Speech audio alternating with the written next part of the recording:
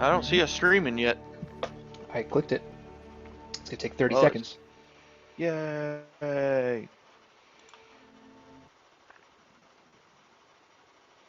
I just wanted to see something on the stream if it actually did what I wanted it to do.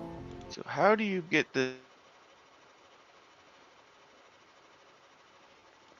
thing to show up here? There we go. That's what I needed.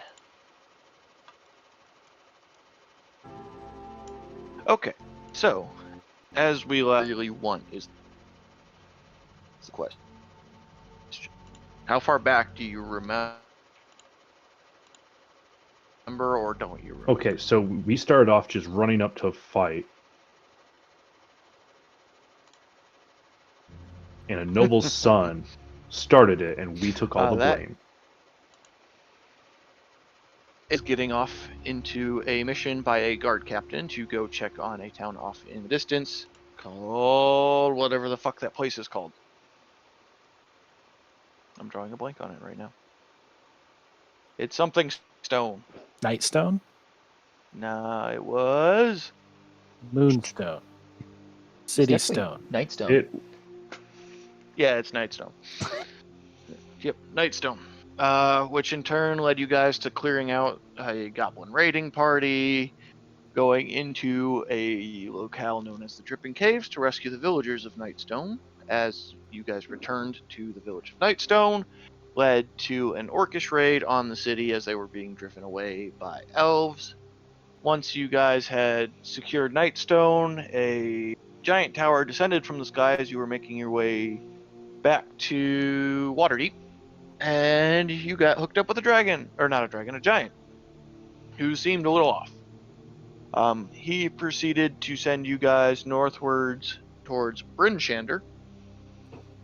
As you were there delivering a message of somebody's death, giants attacked, which led to you guys fighting frost giants, which sent you all southward down the 10 trails. I'm doing a real quick recap of all of this. Oh, yeah. Just because it makes life easier.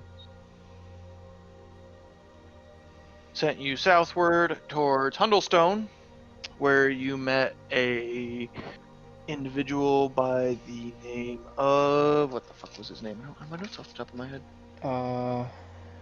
It's been 2 months. He was from the Emerald Enclave. Thwip Ironbottom. And he was a spy for the Harpers. Harper's, right, sorry, my bad. Getting campaigns mixed up. It happened. He gave you guys intel after a fun discussion about your Yeti blanket individual. Yep. To send you towards Everland in pursuit of one of the Harper agents who is a renowned giant expert, or so they seem to be. Right. As you were all continuing your venture southward, you encountered a individual with a pair of griffins who looked like he may or may not have been getting attacked by them, who were fighting off a young white dragon at the time, after the events of fighting off the white dragon and pursuing further. The death of the griffins and the individual led you guys towards Fireshear with a clutch of griffin eggs. For Dashara Bound- Keldabar. Yep. Bound for Dashara Keldabar. A little time in Fireshear was spent. You guys found Dashara, delivered your eggs, had some interesting conversations, some propositions were had. Danvers made a new friend. Kaz is slightly traumatized.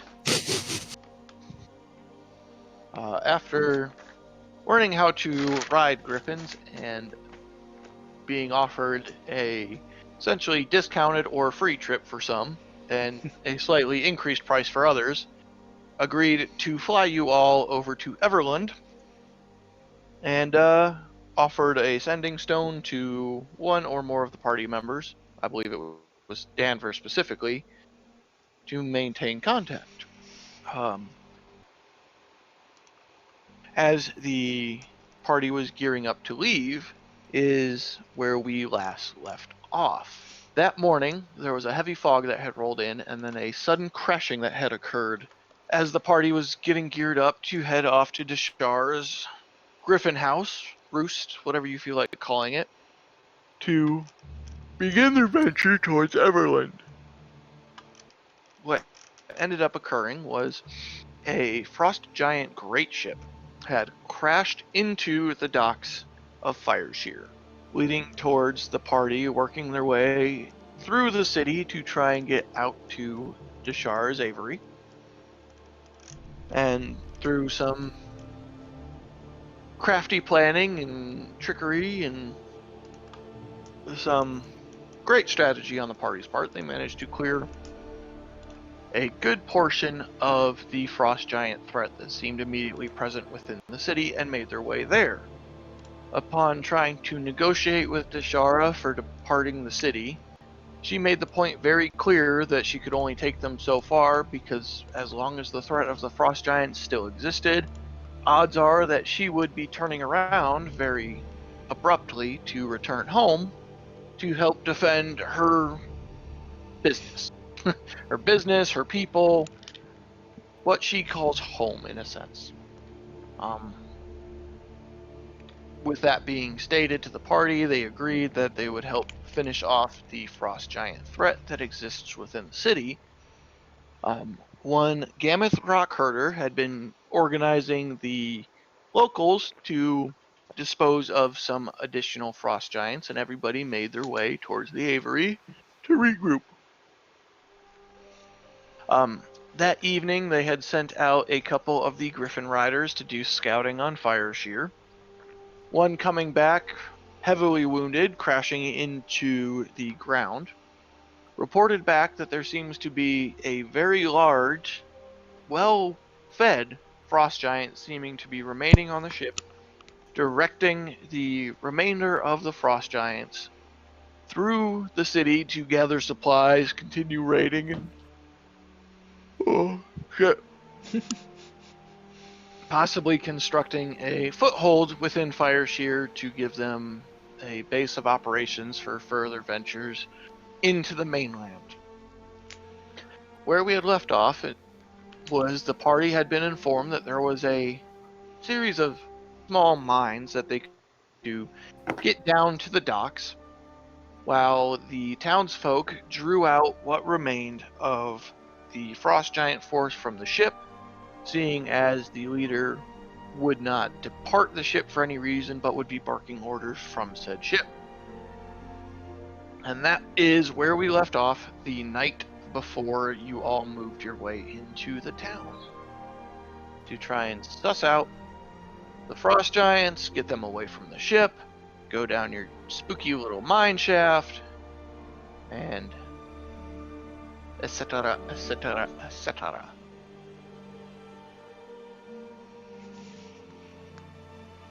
So this is the morning.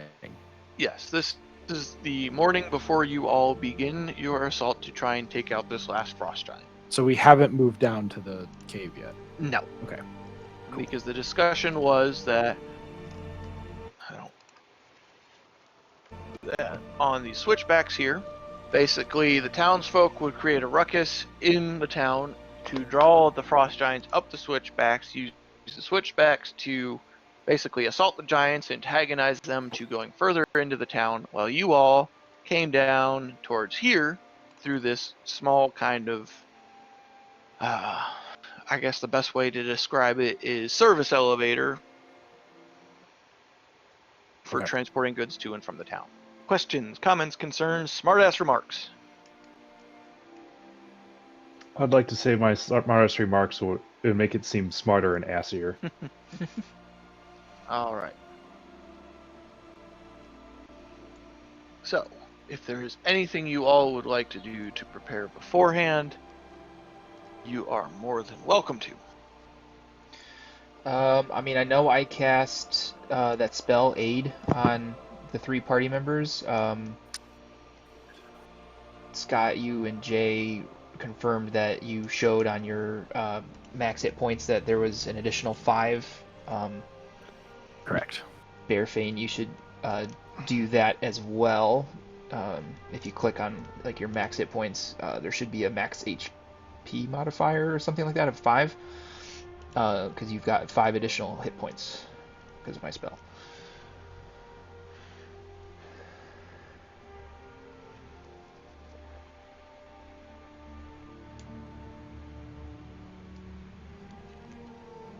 Once that is all taken care of, you are welcome to continue your healthy pursuit forward in the attempts to take on this last frost giant.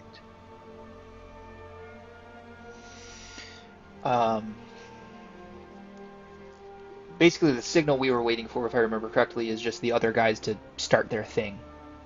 Mm-hmm. And then at that point, we're just gonna rush onto the ship and fight the giant. I think, right? We were thinking about like trying to lure him out, but we didn't want to like maybe lose the element of surprise or let him out where the wolf could flank us. I don't remember off the top of my head. Yeah. So, as you would you all prefer to move at the exit of the cave entrance or begin moving through the cave as the assault begins? What is your preference?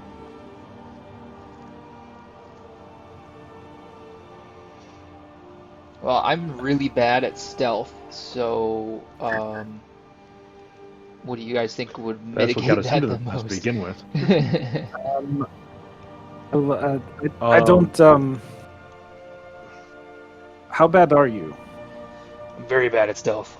I like shake my armor and you just hear the chains like ringing. I you hold ever- up my crystal ball. Like, it doesn't look good. I mean, if we stay back further in the cave and wait for the other giants to run by, and then make our way through the cave, out the mouth of the cave to the ship, that would probably help most of us stay hidden better from, at least from the giants who are running off of the ship, right? Well, hold on. If we can't conceal our existence, we might as well just give a proper explanation to it. Something that they'd say, hey, you know what? Move on by us, nothing to see here. Like maybe, just maybe, we end up putting up some things that like we're up hanging on some branches and we look like we're tied to it, so it looks like we were some criminals getting some punishments. They're like, oh, they're not gonna bother us. They move on past. But then once they do, we slip out of them because they're trick nuts, and then come on down. If you want to hide somewhere, I have a way to do that. You've seen this. No one has ever joined me, though. Oh, the yeah, rope, because the rope trick thing, right? oh, We could do I that. thought that you were. I thought that was like one of those pull my finger tricks. That's a different trick. Yeah. Yeah, You maybe mean we pull should do my that. rope was a real thing? Maybe we should actually go up the rope trick and see what it is that Kaz is hiding in that weird little dimensional attic of his. And then we could do that like right near the entrance of the cave, because I've seen you pull that rope up, Kaz, so like they wouldn't even know we were there. And that way we could just like listen for when the giants run by, climb down the rope, get on the ship. What do you guys Yes. think? I think it's a good idea. Well, of course, you had it. No, it was Kaz's idea. Kaz, It it was was some all- trick where you say an idea, but it comes out of Danva's mouth. I just kind of flash my hands all magic-y. And my mouth goes. All right, I see how it is. It's probably because his mind's so weak that you can dominate it. Yep. Nailed it. I cast prestidigitation, so Danvers' eyes just look like giant question marks. Saw your mouth moving, Dad, but didn't hear any words for some reason. Is your mic muted by any chance?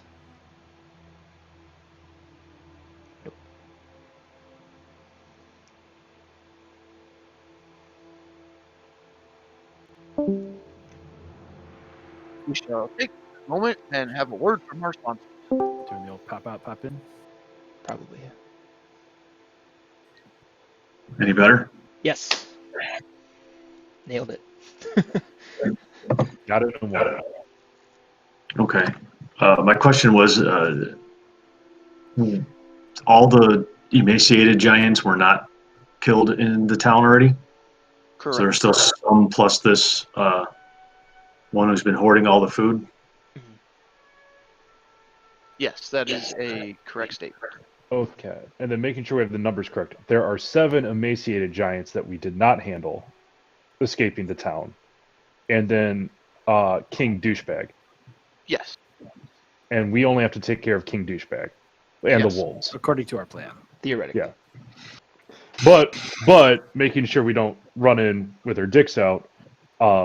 We do expect to see some of the like wolves that have cast like Cone of Cold on us before. From the information that you gathered, that is a correct statement. That some of these look like they are the wolves that you have seen before. Okay. Guys, what if it's not so much just about hiding, but closing the gap? What are you proposing? The thing is though, my idea is just run really fast, but I don't think that's going to work for us as a group. Well, I mean, once the once the emaciated giants go off to investigate whatever the distraction that the other group is making, once those go past, yeah, we're running onto the ship so that we can get in there quickly. Yeah, but with the fuck you dogs, last time those I felt fucked us harder than the actual giants. Well, then maybe you and I focus on them, and we, as a group, try not to stand too close to each other. If I remember correctly, this was we don't have a choice fight, so let's go dicks out or not. Well, Okay, yeah, don't have a just us choice. not being close to each other, I think is going to work. Yeah, I think we just spread out a little bit. Not so far that we can't watch each other's back, but maybe not standing in a cone. I don't think that's going to be an issue for me as the only dwarf that can't run very fast or far. So you guys just take off, and I'll get there eventually. Okay. And then, so is there some sort of code word that we should shout out so that Bearfang knows, hey, we're going to need help dealing with this target first? Because if we're going based off this, Bearfang will be bringing up the rear. Maybe he can be the one where we're fighting, we're like, fuck you, wolf. And then at a certain point, I'll be like, hey, it's time for the dwarven hammer. And then we get down on our hands and knees, and then out of the background, here comes Bearfang, and then boom, runs them onto 2 with a hammer, which is really impressive considering hammers don't cut things in half. Well, if they're really cold, they might shatter or like split, maybe like a wood, like a log. Yeah. I think when Bearfang shows up, we should be able to hear him coming, and we'll, if he can't decide where to go first, we'll shout out, hey, help over here or whatever. And it doesn't take much time to do that. Okay. Wait. Yeah, okay. So rope trick. Yeah, rope trick, ruckus, let's go. So are we in the place we want to rope trick? Yeah, like down this by the was- entrance to the cave, or That is the where we exit. are. Sorry, to the cave. Do we get to hear what's going on outside when we're in your little cozy place? Yes. So you all have been discussing your plans. Nothing has been kicked off yet. Gameth is waiting on a cue from you guys to move his individuals into town and start causing a problem. So he is waiting to hear whether or not you guys are going to preemptively place yourselves and give him, 15, 20 minutes to draw them out, and then you guys go. So he's just How wait. How do we get to the cave entrance? There is on the basically top right here where you see a portion Mines? that says mines. Okay. There is a path that is cut out that leads directly down to Cool. this exit, so that way they don't have to ferry everything through the fucking town. Makes sense. Yeah. So okay, let's to the mines. All right. Yeah. So if Gameth starts his ruckus now, they should be drawing them by the time we get to the cave entrance. Yeah. Gameth has informed you at this point that it's about a 30-minute trek. It's a direct shot once you get into the mines that, it's well labeled, docks. There's signs fucking everywhere that say this way to the docks, pointing in arrows. It's about a half-hour walk from the mine entrance. Does it also let us know how many kilometers we have left to go? It tells you kilometers, miles, yards, intestine lengths, whatever you fucking want. Cubits. I measure in cubits. Well, hold on, Rods. GM. I have a dearth of questions. What is the length of an intestine? Is it the same regardless of person? Like, would my intestine be larger than Bearfane's? We can't tell that without cutting you open. Let's discuss it on the way. We'll give the signal to Gameth. Let him know we're heading into the mines. And yeah. All right. Shortly after you give the signal, you hear the uproar of multiple townsfolk, guards, etc., rushing into the town, creating all kinds of a ruckus that you could possibly fathom. Shortly thereafter, you guys begin to hear the slight echoes of a warning bell ringing down through the mines, and you figure that Gameth and his cohorts have begun their assault to draw out the remaining giants. So, Guys, can we just talk about how ridiculous this town is? Where they go like, we're going to attack our own town in order to get our attackers to come into the very town that they're trying to attack. Well, we tried to talk them out of, like, just leaving this place. Yeah. Like, I'm just sitting here saying, like, ever since we heard everything about these big old multi-headed dragon coming in, shit's been fucked. Yep. I touch like a button on Ogilvy's shirt and cast light.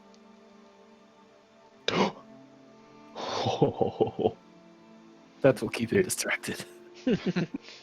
I just keep on turning left because I imagine it's a button on my left shoulder.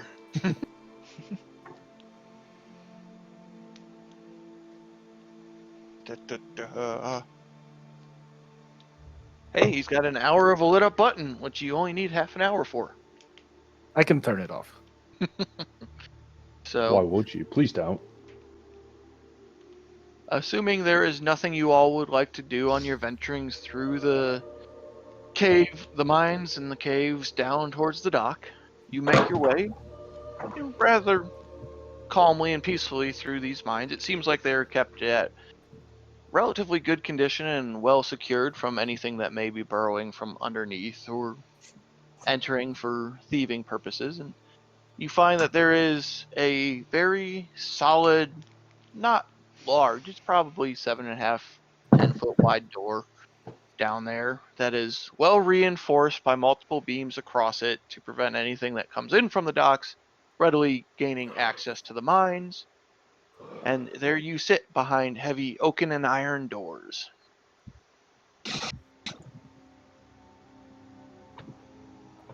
So there are doors to the cave. Yes. Okay. And these are the only doors that you have seen along the way, so it is safe to assume that this would be the exit or entrance to or from the docks.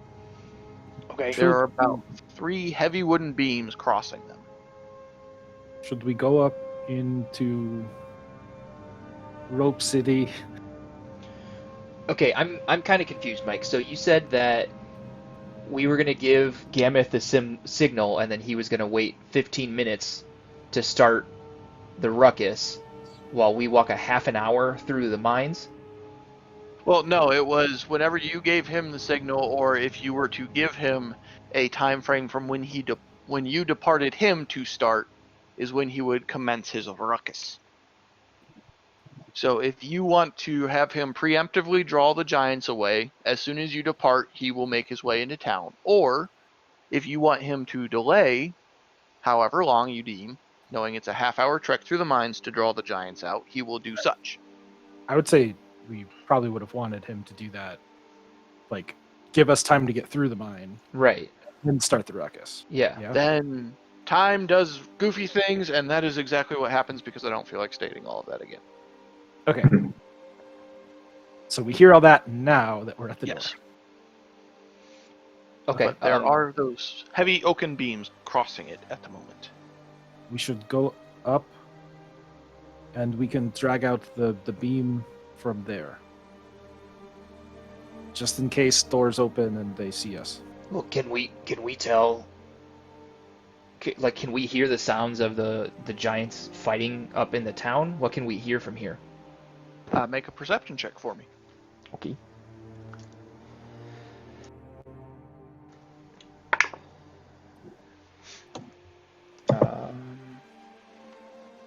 I got a 13. All right. 10. You guys are having a very hard time hearing through these heavy doors. You do make note, both of you, catch that there seems to be probably a 1/4 to a 1/2 inch wide slit between the two halves of the doors, though. You can't really hear much out there. Occasionally you see some shadows whisk by really fast, but Noticing that, I just quickly take out the length of rope and like the starch or whatever component, cast rope trick, and I'm just gonna start climbing up.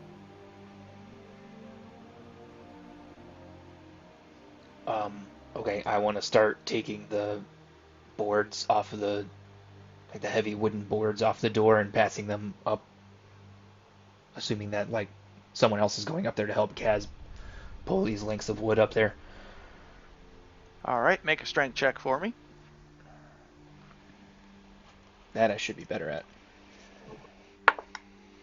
Okay, that is a 21. All right, yeah, easily enough you are able to remove these probably 8x8 squared logs, essentially, from their moorings on this door, and you begin moving them towards the rope trick hole. Is anybody up there to assist Kaz in bringing them into the hole, or is this going to be left to his lonesome? He won't tell me how the trick works. Why are we putting them up the hidey hole with us? Because Kaz is Can we worried just- about someone coming through the door now that it's unlocked. I was thinking more we stay up there. and- Well, if the doors aren't open, we don't have to hide in the ropey don't- thing. My concern is they might know the door is here and try to run into it. But if if they tried to do that previously, they wouldn't have gotten through here already. They would have known that it opens inwards, and these heavy wooden things, the 3 6x6 wooden boards were holding this thing shut. I Okay. mean, to be fair, this is actually a pretty advantageous position for us to deal with all of them. Because if they decide to come in through here, they can only fight in a single file line. We could end up The point taking is that them we on. don't fight Can any of we- them except for the big guy. Yes. Yeah, I understand that, but if it comes down towards we end up eliminating the 7, and all that's left is the one guy and his lonesome, well then who fucking cares how long it takes?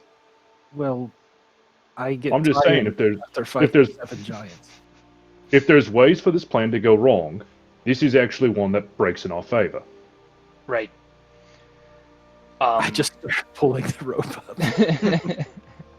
Well, we need to open the doors at least a little bit to see if indeed the other giants have cleared the area. So Right. we're going to need to open the door to see, Yeah. period.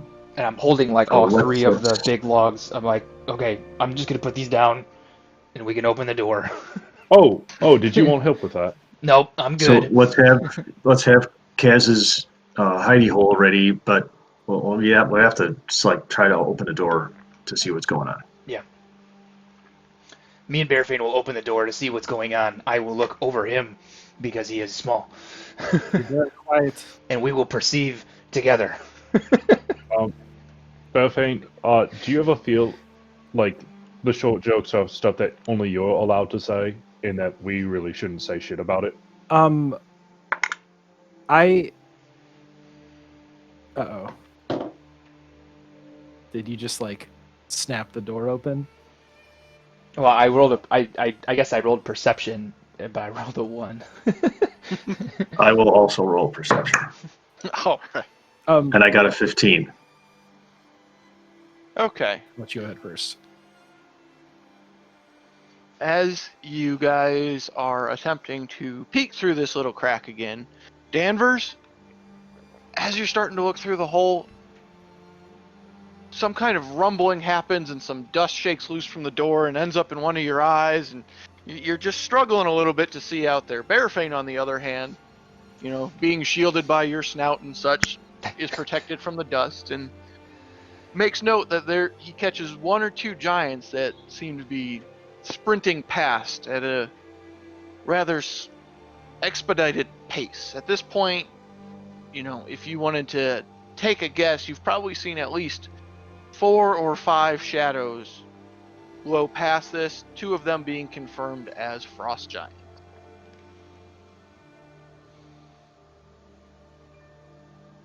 All right, I relate to the rest of the group that it appears that most, if not all, of the giants that we need to leave have left.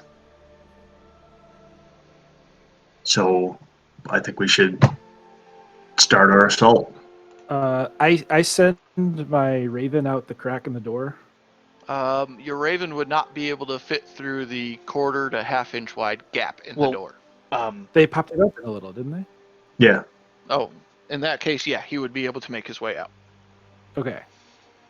And then I just want to try to scan the boat and see if there's anybody else left. Okay.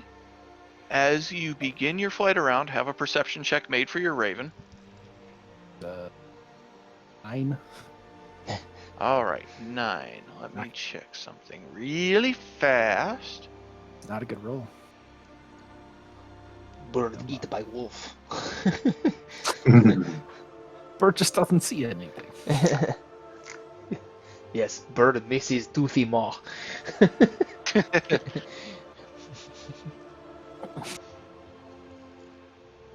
Me tweak a couple things really fast if it would cooperate with me. Don't cooperate. No tweaking.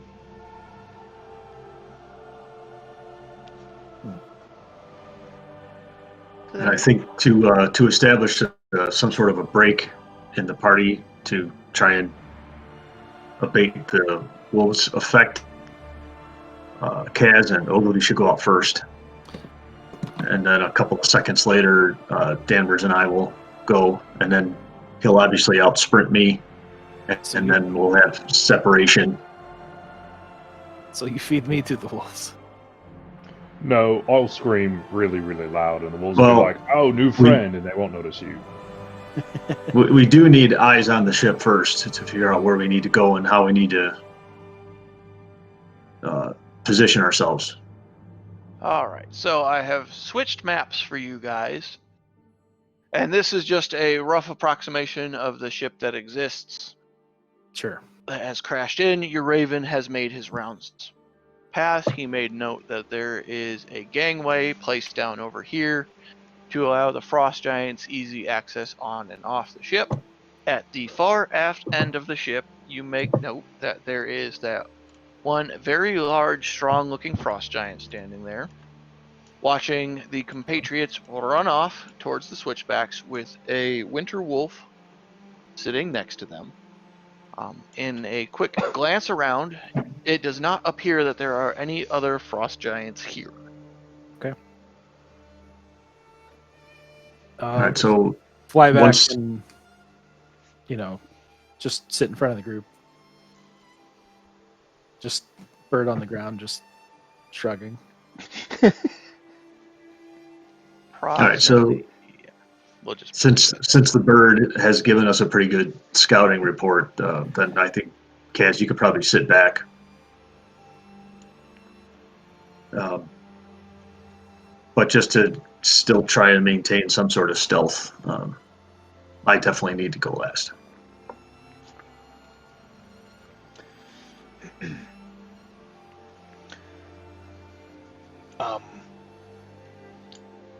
Seeing the scope of this ship now, I did not realize how massive it was going to be. Ogilvy, It's why like don't ship- you and I go together, and we will stand, what do you say, like 15 feet apart, left and right, like once we get onto the ship?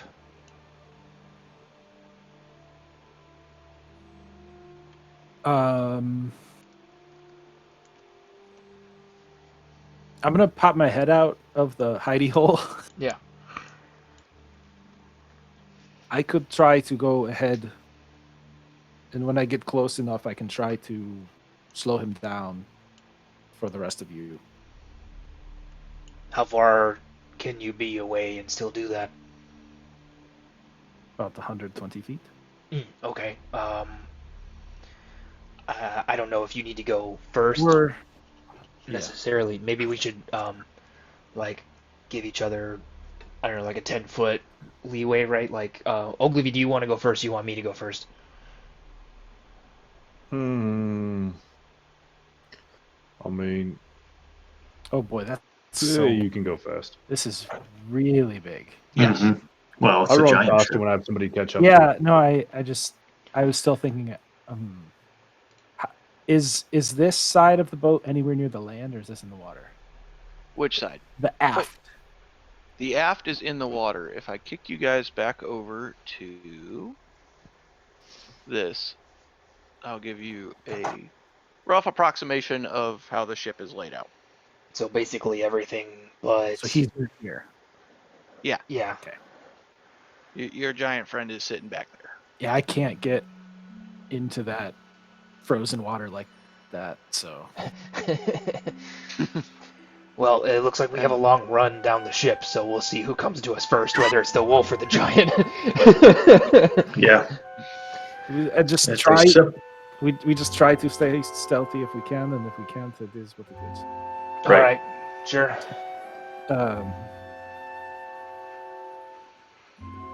Before we run out there, just know I will fight with you, but I am not going to die for this town.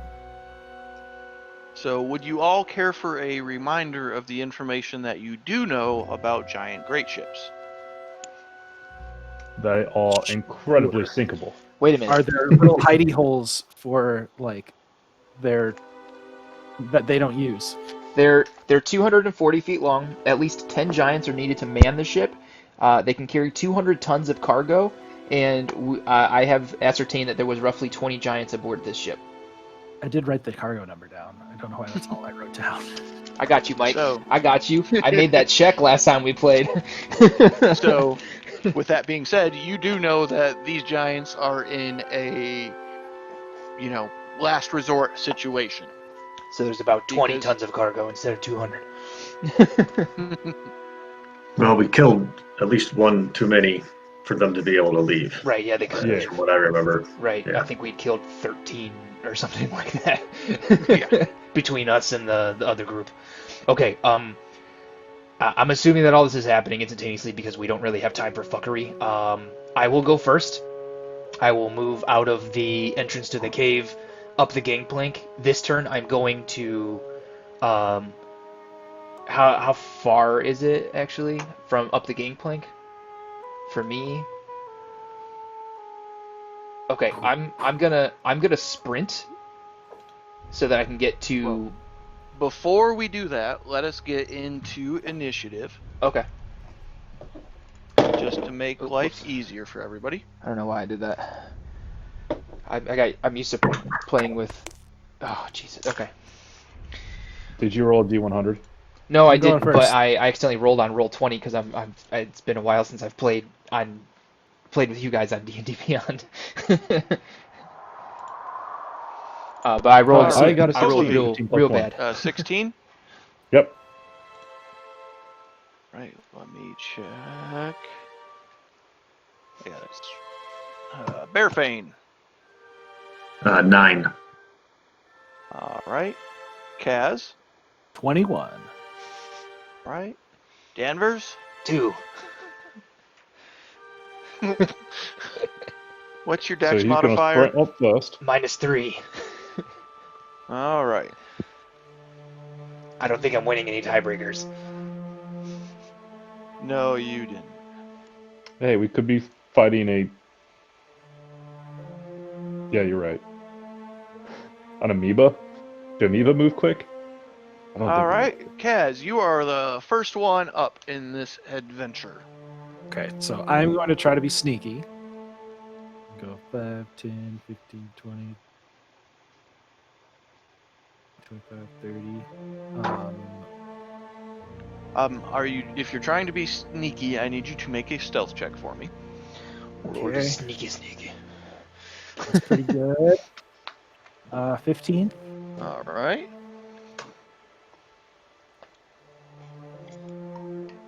At that far up the gangplank, can I see any of the ship? For Or am I still going up? you are still going up. This basically has another 15-foot climb on it, and I mean it's basically a 45-degree angle essentially. And can I still dash with stealth or no? It would be Disadvantage? it would be an action to stealth because you are not a rogue. So What? it's an action to stealth. We're Action to hide, I thought. Oh yeah, to hide. Yeah, you would be able to continue your movement forward. Just want to make sure. If I have to roll at disadvantage, that's okay. So 5, 10, 15. And then once I'm up, can I see if there's a place that maybe he just wouldn't have a clear sight line on? Like, would I be able to be behind that ore? Or is that ore just kind of like not really offering anything? Make a perception check for me. Okay. 6. Right? I don't know. Yeah. You're riding the struggle bus a little bit. Okay, I'm just gonna use my last 15 movement to just my last 10 feet and go there. I just What hope. what are these dark spots? Are those like the benches that the giants sit on to row? Well, you'll find out when you get up there. I don't know because I can't see. I was just trying to run and trying to be quiet, so I closed my eyes a little bit, hoping that would help. Look, but you don't see. Is this the Killing Floor 2 soundtrack? I believe this is Doom. Okay. I feel like I asked that the last time. Yes. Yes, this is Rip and Tear. It's Doom. It's appropriate for giants. That's a foreboding thing that you're playing right now. Well, it was better than the Lord of the Rings soundtrack that was all calm and peaceful. Debatable. All right. Next. You are hoping that you are hidden in there. Next up, Ogilvy, you are up. Alright. Let's see what I can do here. We'll go 5, 10, 15, 20, 25, 25, 30. And then, because it requires absolutely no motion, in order to do, I will drop prone Right. and just take a look around. All right, make a perception check for me. I forgot about Ogilvy's game-breaking advantage.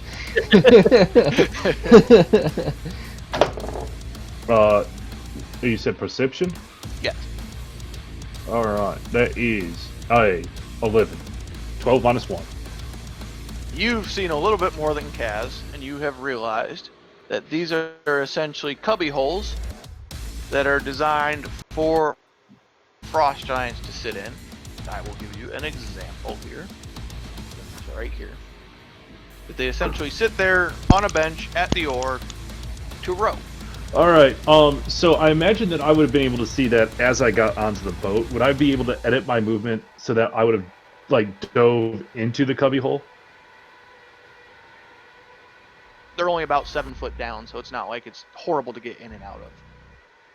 Yeah, it's just making sure that, like, people just go, it's like, huh, who's that weird orc lying on the ground right there?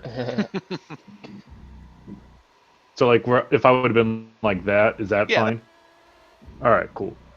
And it's just Kaz kind of found a hole and slid into it without realizing it, not exactly sure what he's discovered. Mm-hmm. But he is satisfied with where he's at. Alright, That's my turn. let's see here. Okay, dokie then. Because I don't trust that dragon there. He spotted us. Well, seeing as What are you Kaz- talking about? I'm prone. Nobody can see me. I am the knight. I am Orkman. Orkman. Harvey Orkman. Good old Gary Orkman. Gary Orkman. So, our Frost Giant individual is just keeping an eye on things that are going on, and is going to go 5, 10, 15, 20, 25, 30, 35, 40. And they're going to continue moving, trying to get a good perception look at what's going on in town. 5, 10, 15, 20, 25, 30, 35. And they're going to drop into that cubby hole right there. Interesting. Alright, Bearfane, you are up. Alright, if I'm already disadvantaged against stealth, what does that mean as far as my movement options? Because regular movement is at disadvantage, so... If you were trying to move stealthy, you would roll a stealth roll with disadvantage, and your movement would not be affected. So you could still dash, do all that jazz, but your stealth roll, if you were trying to move stealthy, would be disadvantaged. If I sprint versus just standard movement, does it make it worse, though? No, because you cannot have double disadvantage. You can't make it any worse than it already is. It's the worst. It's the best worst advantage we have, Bearfane.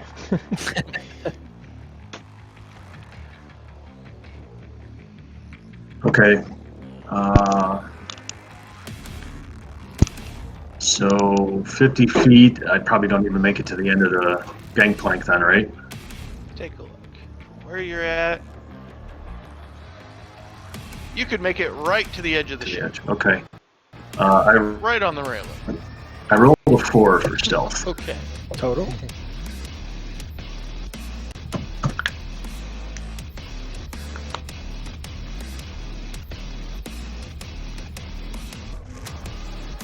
I'm gonna guess none of us have proficiency in stealth. Probably not. Is there anything else you would like to do, Bearfane? Pray. Alright. Pray to whatever god you so see fit. I think it's Torm. There's nothing. There's nothing else. Then our wolf individual is up. Oh boy. Let's see. Because they would be aware of some happenings. Okay. I forgot the scent masker. I forgot to call myself a wolf piss. Damn it. As you have made note, as you are all moving forward, the wolf hadn't moved initially, but then it's going to go 5, 10, 15, 20, 25, 30, 30, 40, 50, and if I'm not mistaken, yep. 5, 10, 15, 20, 25, 30, 35, 40, 45, 50, and that is where our wolf individual is ending up, which leads us into Danvers. Okay, bring it up the rear. I thought I was going first, but everyone was more ready. I guess I'll make a stealth check because I don't know that they've failed, so that's with disadvantage. That's going to be a 5 with my -3. That's going to go 5, 10, 15, 20, 25, 30, 35, 40, 45. What do I see at the top of the gangplank? I gotta remember I've got 15 feet of movement left. Should I make a perception check? Perception check. Yeah. Okay, that's a dirty 20. Alright, you make note that Kaz and Ogilvy are both sitting in a hole next to an orc, about Okay. 7 feet down. Yeah. That Lying. Bearfane is next to you, being about as quiet as you are. Uh-huh. The wolf has moved forward. You see that the frost giant has dropped into one of these holes and is down about 7 foot, 7 or give or take. Uh-huh. But you do note something weird about this frost giant captain that you guys didn't catch before. And that is that this frost giant has 2 heads. Cool. Are they looking right at us? Um, A little. One of them, with that roll, one of them seems to be side-eyeing you. The other one is looking at the cliffside. Okay, I'm gonna drop down because I think I'm being pretty stealthy. So it's 5, 10, 15. That's the rest of my movement. All right. And anything else you would like to do? Free to drop. That's my action to dash. I don't think I have any bonus. I don't think I have like Misty Step. No.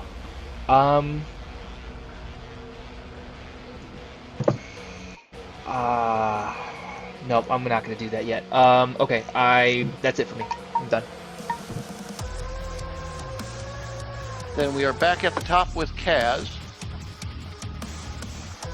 Okay, how far away is anything? Far.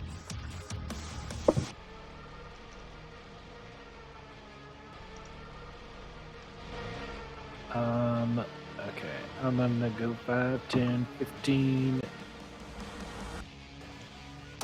20.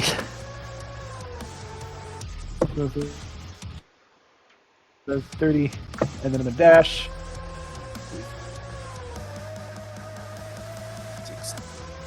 So I'm just dashing there.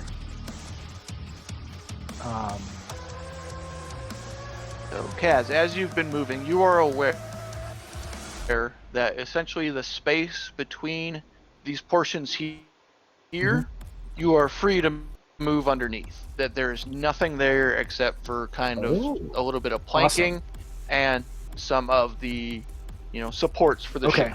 Seems like they didn't want to waste the material and the weight. Cool. So I've been zipping underneath. Yes. And that is all I can do. All right, Ogilvy, you are up. Alright, here comes the fun part from the magic of board games. I can actually move my full move speed while prone. The only cost is to stand up.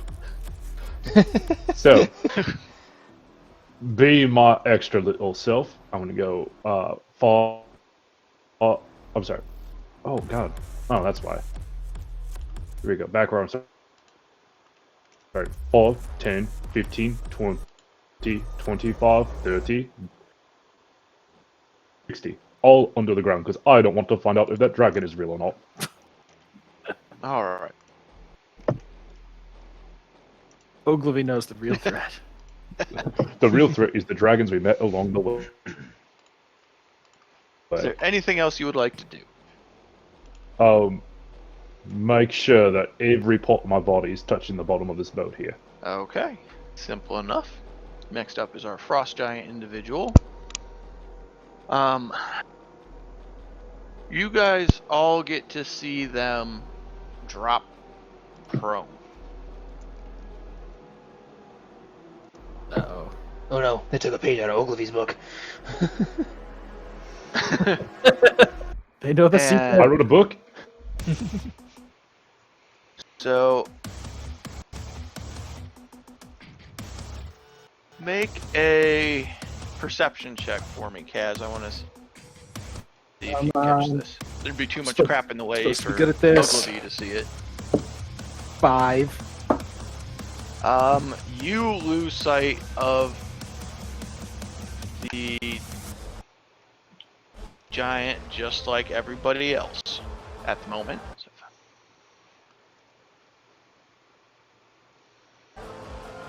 And we'll go there. Alright, and that will end their turn. Bearfane, you are up. You have just caught sight of Kaz running underneath the main deck of the ship, Ogilvy darting off to the port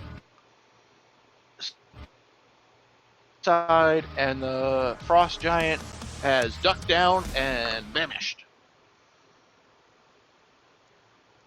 All right, I guess I will move forward. 25.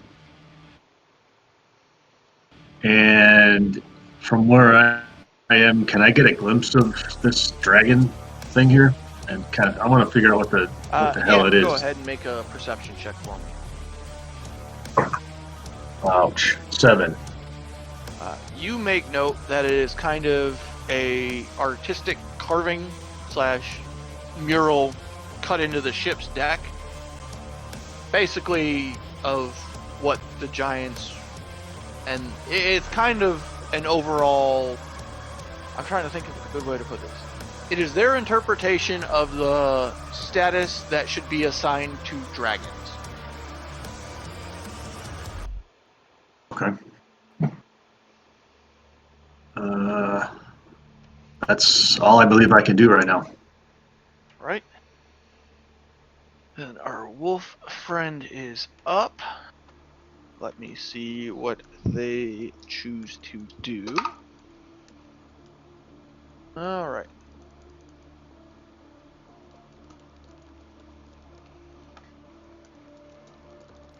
Six one, half dozen of another. So our wolf friend is going to go 5, 10, 15, 50.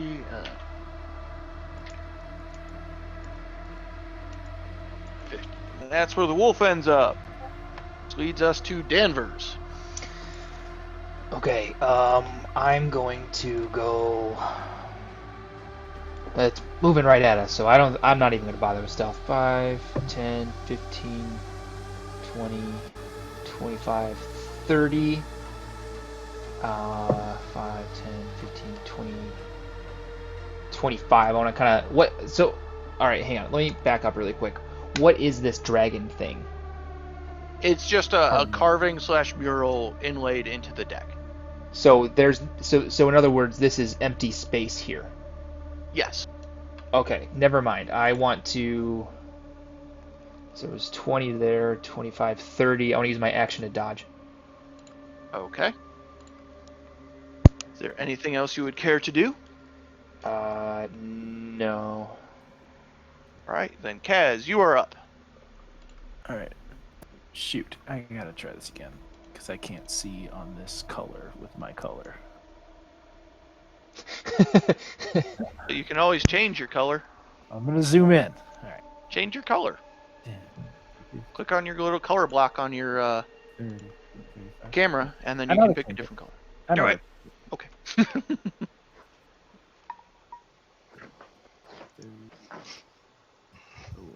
Okay. Seeing the wolf get that close, I am just going to hope that the other dude is also in range of this, and I'm going to cast slow. And my horribly colored cube is going to go like that. All right. And that is, I forget what the saving throw on slow is. Wisdom save. All right. Oh, make sure there's nothing special here. Nope. That would be a failure. Okay. So the wolf failed? Yes. Okay, so he is -2 AC, Dex save penalty, can't use reactions, can't use action and bonus action, can't make more than one attack. Is there anything else you would care to do? After that, I'm going to move up underneath, so 5, 10, 15, 20, 25, 30.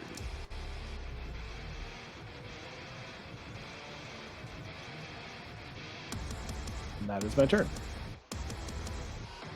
Into Ogilvy.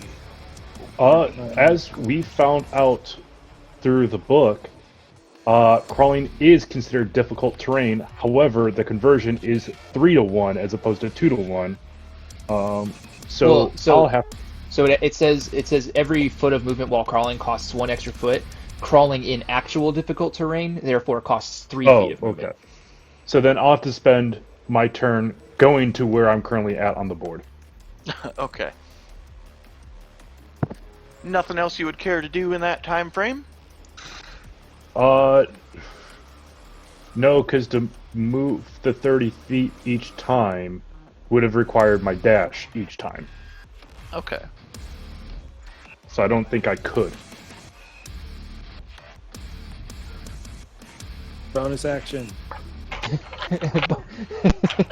Right now, my only bonus action is to rage, and I'm not doing that unless something is about to attack me or I'm about to attack something.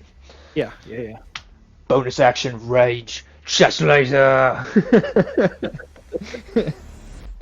As I cut this fucking boat in half. And that's how the party drowned in freezing waters. And it's a 40-foot cube. I just want to get something out here so I can see what I'm working with. Sorry. Yeah, I had it drawn. Yep. I don't know if my sizes are right, but hold It's a on second. little bit smaller than So it's a 40-foot cube, right? Which means it extends up and down. yeah.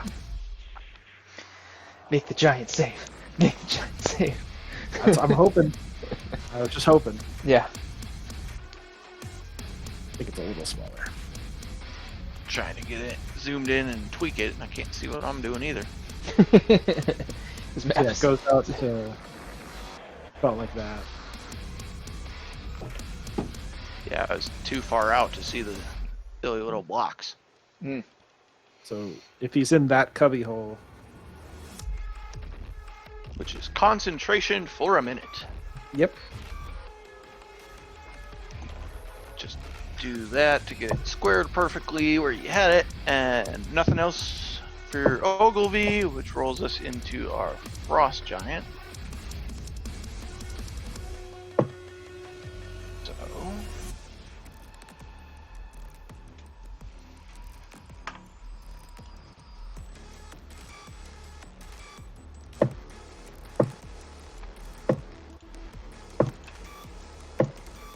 they'll go right there. Let's have them do this. I'm gonna die. I gotta look something up real fast. It's never good. Well, if my internet wasn't being lethargic at the moment, it would be a lot easier. Actually, let's just shortcut this. What's everybody's passive perception? I'm good at that. Not enough, 11. 18. 13. 14. So the only one who would have caught this, and that would just be by happenstance where Kaz is and due to his height, etc., is Kaz catches the Frost Giant, basically stick their head up right here. Well, both of them. And take a look around to survey the terrain. Okay. So you are currently aware of where they are at. Okay. And that will end their turn, which rolls us into Bearfang. They raised their heads, which means they're two heads, or there are two of them. There's two heads. Interesting. Oh yeah, I didn't relate that. No, you didn't. Yeah, they'll figure it out in their own time. Doesn't change anything that I know of.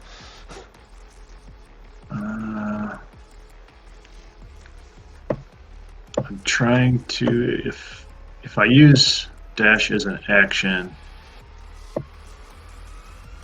then I only have a bonus action available, right? Yes. And as a warcaster, I can only use a first or second level, I think, as a bonus level action, or a bonus action. I don't remember. Don't either.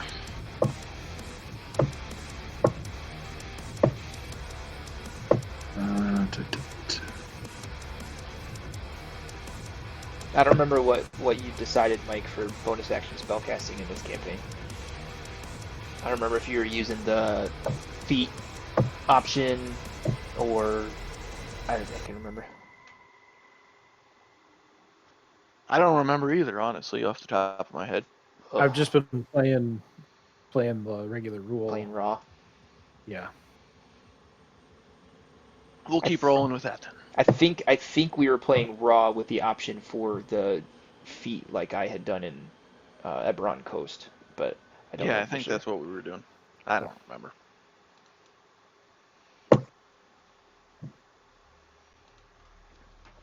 Okay, I think if I'm doing the measuring right, I can move my 25 Mhm.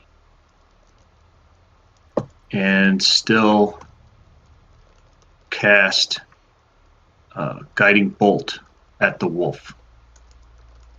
I believe I will just make it 120 feet.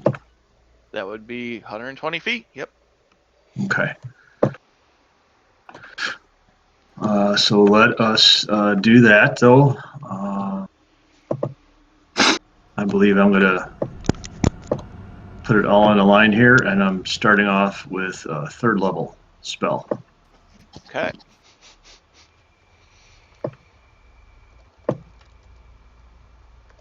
All right, so it's spell attack. Come on. Oof. That's going to give me a 14 to hit. Me make sure there's nothing special going on. All right, that'll hit. Excellent.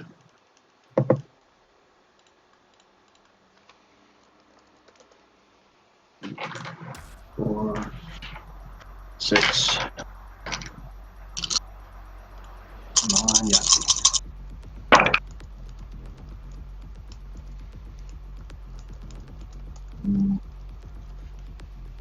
22 radiant damage.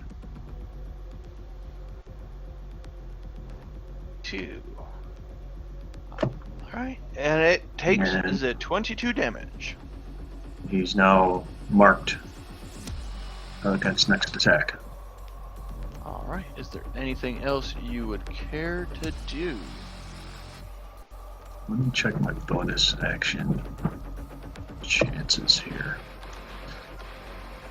Da, da, da. Use that.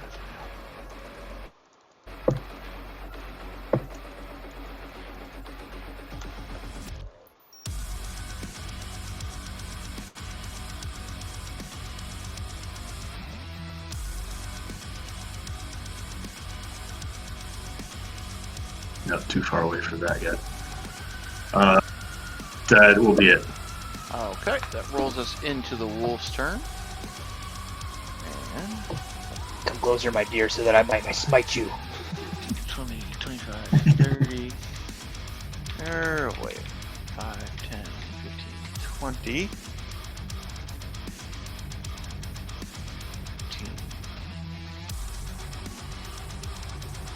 Nope, not yet. So the wolf would. Sure.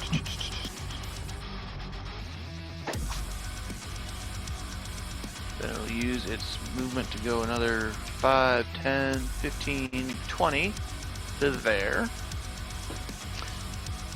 And I need to see something really fast. Right?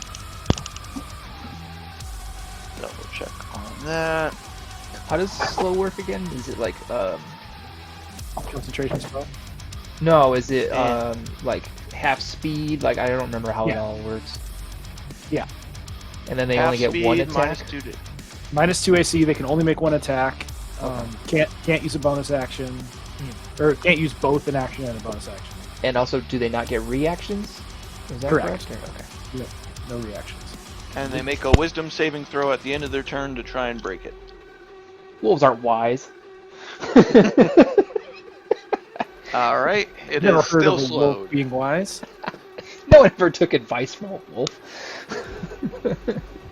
That would end the wolf's turn. Danvers, your turn. All right, Danvers is gonna. Danvers is kind of worried that he's falling behind here a little bit, and I don't want to. So I'm gonna go 5, 10, 15, 20, 25, 30. D&D Beyond is like fully crashed on me right now. Struggling. Boy. How far am I from the wolf now? Let me do some quick. Alright, I'm gonna run. I'm gonna sprint at it. I got a 5, 10, 15, 20, 25, 30, and I'm gonna do the Ian Malcolm. Over here! Hey! You want to eat me instead! But that's the end of my turn. All right, then back at the top with Kaz. No wonder why he's so bad at stealth. Okay. I am going to probably make sure.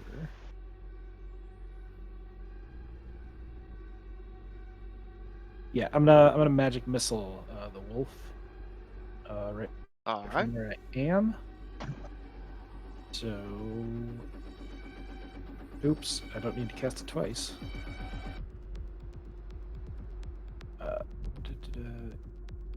All three of those darts go for him.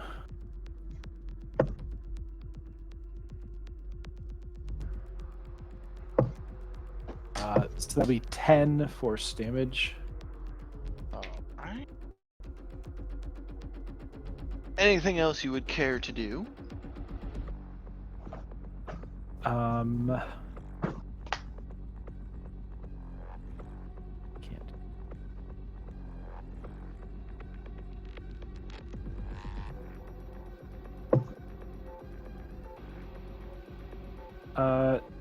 Then I just want to keep my eyes on the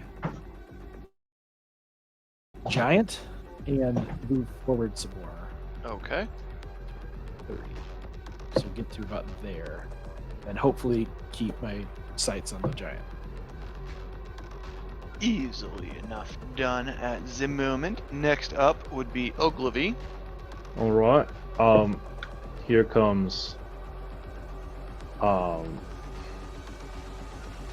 I'll use half my move speed in order to stand up. Now that I realize it's just not immediately going to turn into a fight. So then here comes 20. Nope, that's moving the map, not me. 20, 25, 30. Main action dash. 5, 10, 15, 20, 25. And then 30. So I'm like right at the edge of that little drop down. Okay.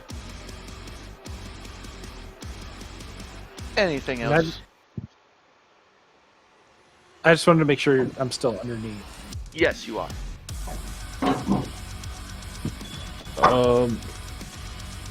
I guess with the vantage point now, it's still too narrow for me to see if that dragon's real or not. So no, I'm good. Everybody's looking at this dragon. Well, I wasn't worried that it was a dragon. I wanted to know if it was a like a plinth with like a big statue on it, like the, you know, like kind of like how the ships have like the maiden on the front or whatever. I wasn't sure if they were like, yeah, look at that fucking dragon in a row, in a fucking row. But it's just Ogilvy, so you're done, correct? Mm-hmm. Okay. So it's like the thing at the Greyhound track. Right. The rabbit Right. thing. I wanted to hide behind it if it was like a thing.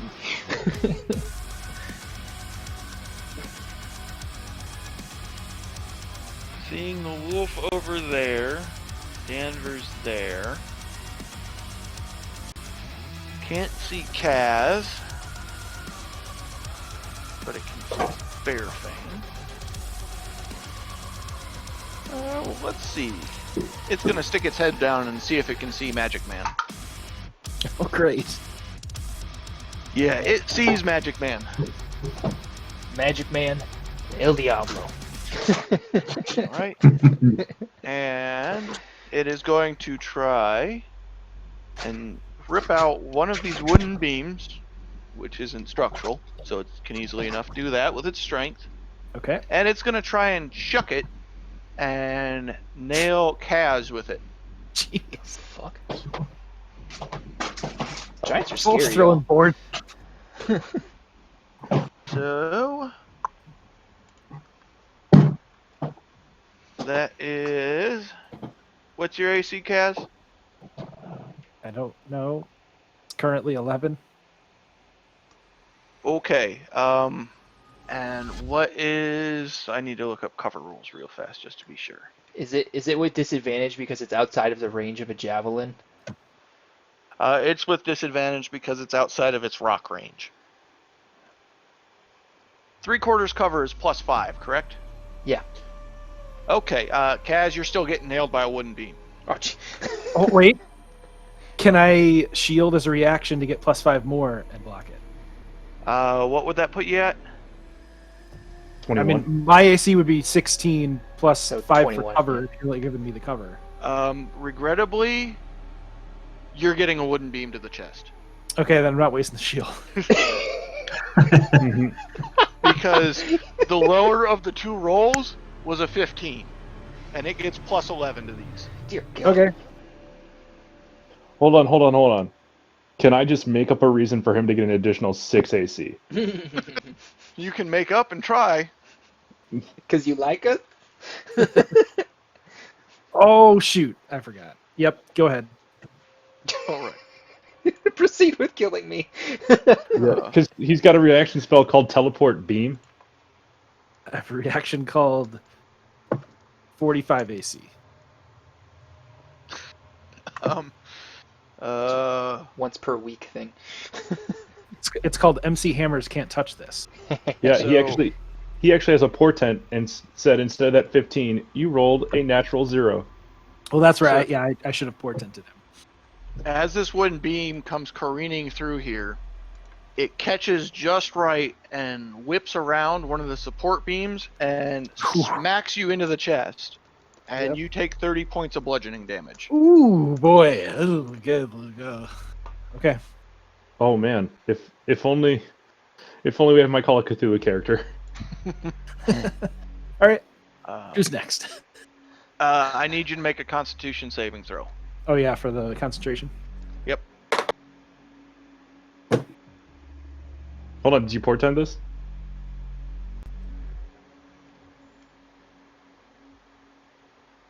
If I already rolled, can I portent? No, No, because yeah. you already rolled. Yep. 2. All right, your slow drops. That was I deserve to drop concentration. I got smacked hard. Slow, that goes away because of the attack. That will end our giant's turn, rolling us into Bearfane. All right. I'm going to try to maintain a little bit of separation here. So I'm just going to move just before I go down into the little cubby there. And I believe that still gives me... Oh, yeah, he moved. So I'm well within guiding bolt range. I will try the wolf again at 3rd level. Roll.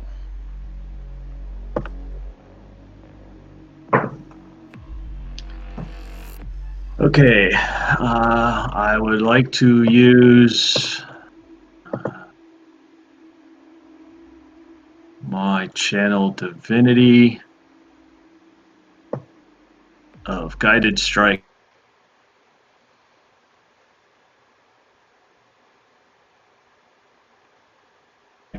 It gives me a 22. Definitely hit.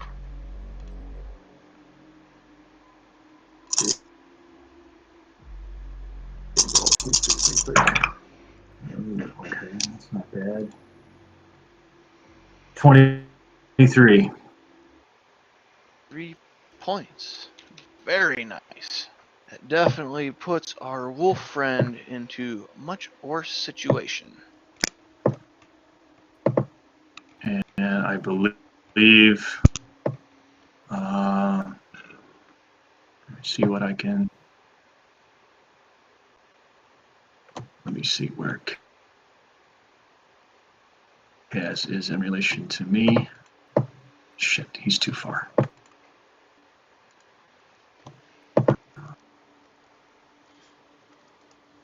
I was going to try and do some healing word for him, but he's too far away from me yet, and then there's no way I can make it out of the cubby. In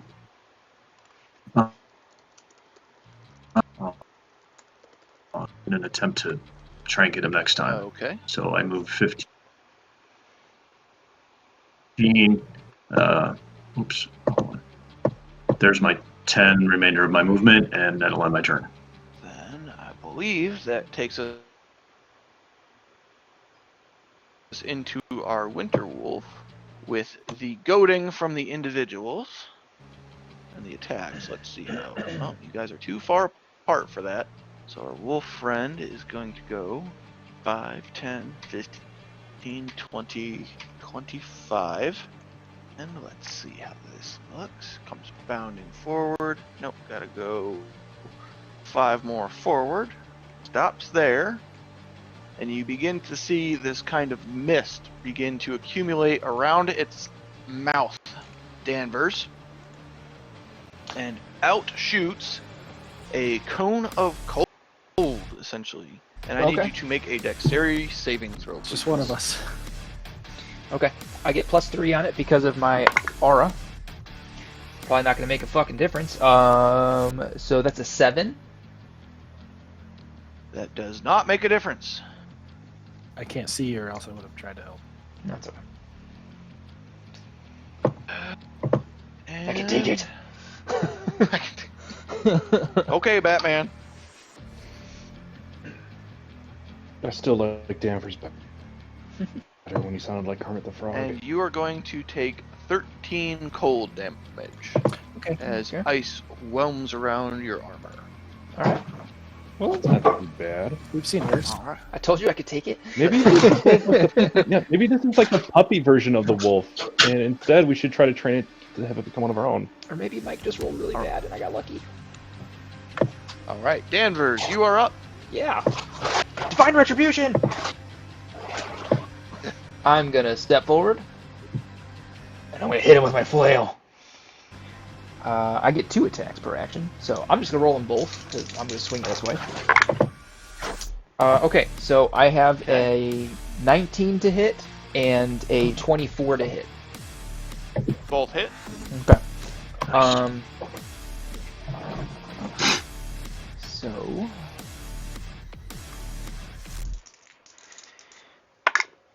Okay, so for the first one, that's going to be 11 bludgeoning damage. And for the second one, it's going to be 9 bludgeoning damage, so a total of 20 bludgeoning damage. Add that. Oop. Fat fingered that. Is there anything else you would like to do? I guess I would like to...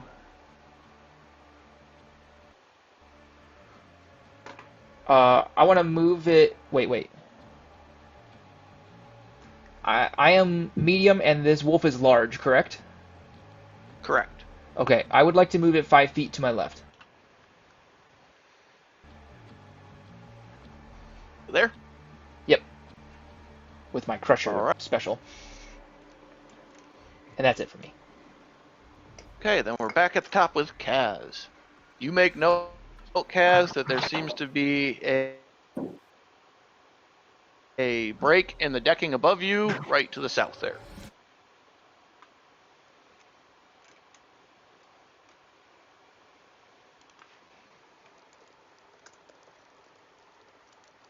Okay, well, It's basically the cubby lengths, and there is a break essentially on the back side of this bench here, where it's more structural and it can't be gotten through. You can see through it, but it's relatively small to add. It's kind of that center line of the ship for structural integrity. Okay. Yeah, the 2 solid basically broken up like so that. what I'm going to do is bonus action hidden step to start, so I turn invisible. Okay.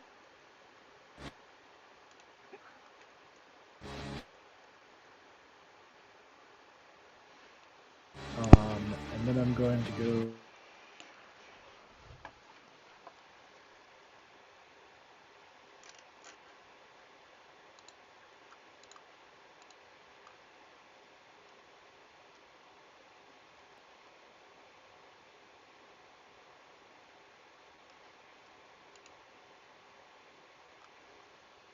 Get 10. That's my turn. Okay. Then All that right. will take us let's into see. Ogilvy. 5, 10, 15.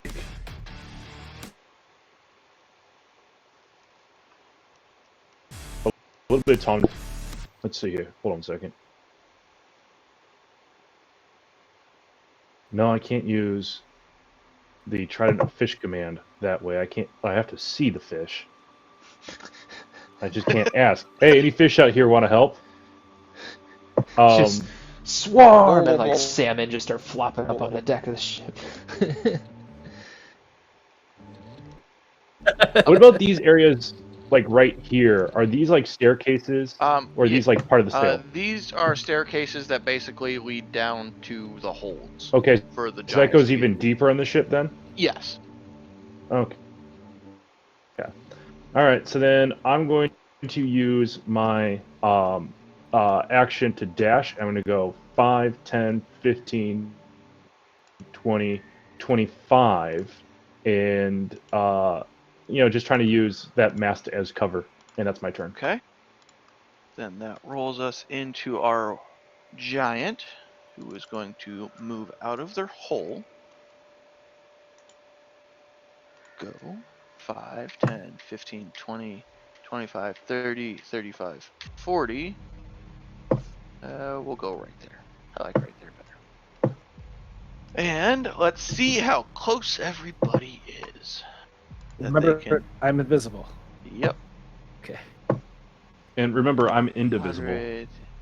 You have full cover.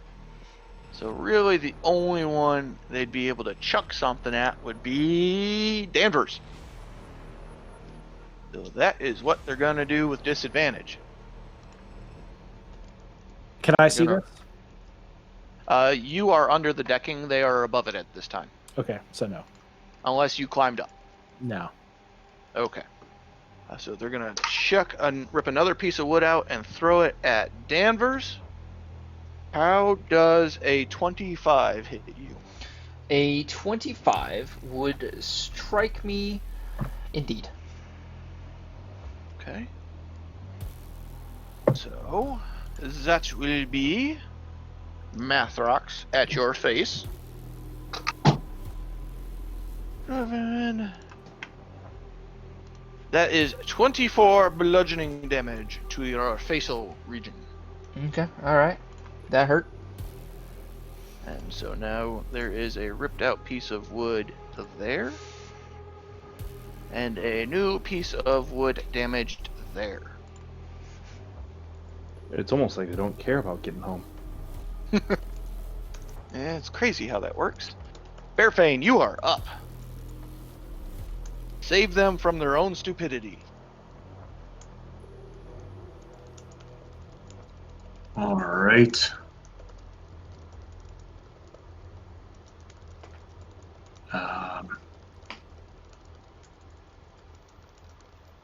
It's been working so far, so let's try guiding bolt again.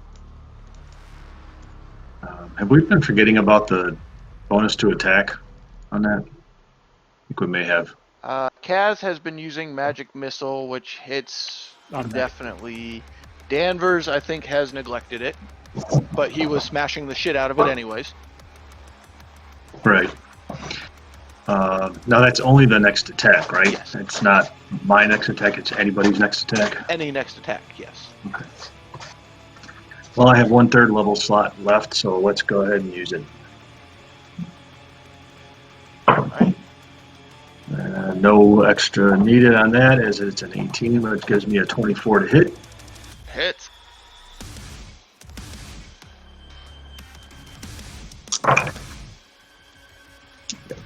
Okay.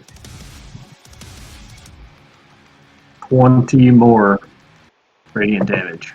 Alright, and with that, this wolf expires. And as a bonus action, I would like to cast Healing Word at Mr. Kaz. So he will take, I got max on that, 7 hit points. He will regain 7 hit points. All right. Is there anything else you would care to do? I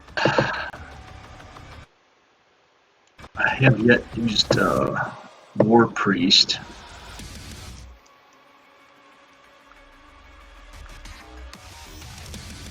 Let me take my movement there.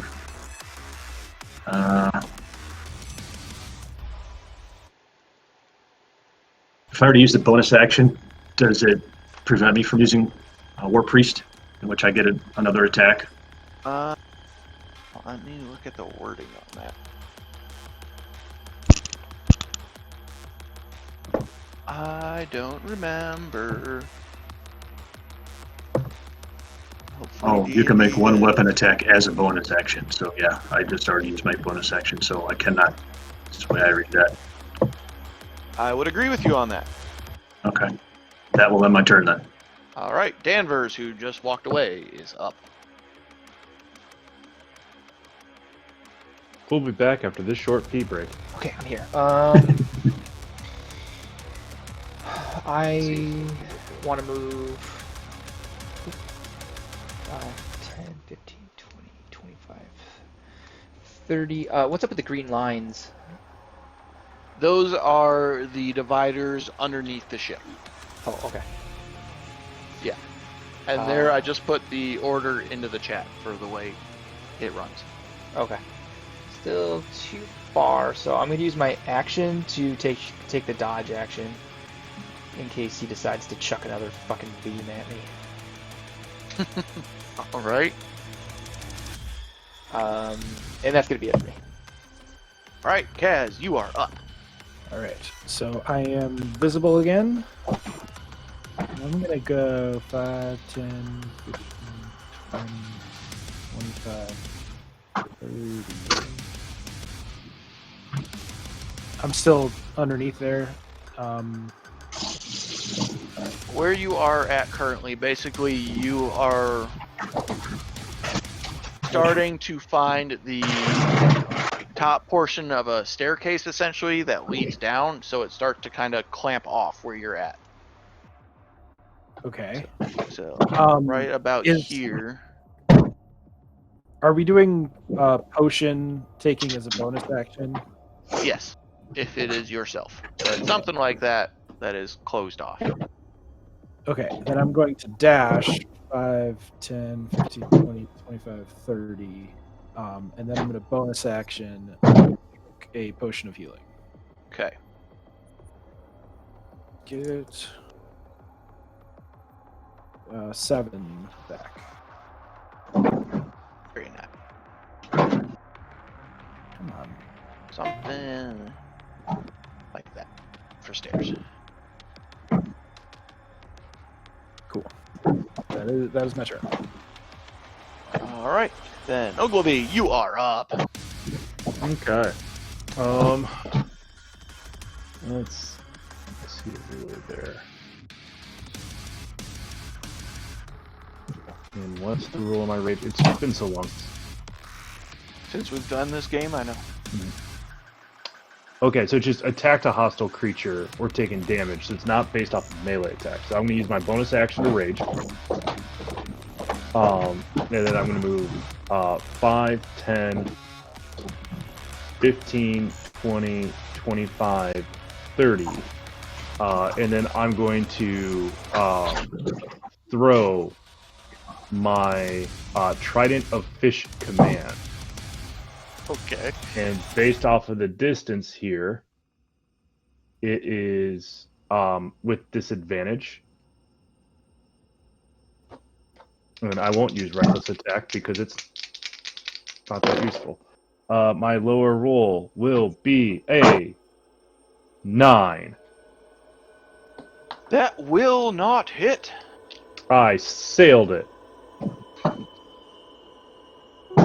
Twing, as it sticks into the decking somewhere. Yeah, I threw it like a baseball instead of a javelin. That's my turn. All right. Then our frost giant friend is up. And seeing a seething, raging half-orc barbarian coming towards them, they're going to do the same. And they begin to throw themselves into a rage, just as you have. I put a grenade for my rage because my personnel is explosive right now. With that, they are going to go 5, 10, 15, 20, 25, 30, 35, 40. And what is their reach? 10 foot. I'm going to see how this all Oh works. shoot, I forgot to roll the dice on my rage. Damn it. What dice would that be? The chest laser one. No, I teleport up to 30 feet to an unoccupied space I can see, which I was going to go anywhere. Until your rage ends, you can use this effect again on each of your turns as a bonus action. Well, So, then teleport, literally and nothing. Nothing changes. You didn't want to teleport at all? No. Okay. Well, our friendly giant person here is going to make their great axe attack at you. How does a 19 feel? Let me think about that. Yeah, it is. All right. Math rocks.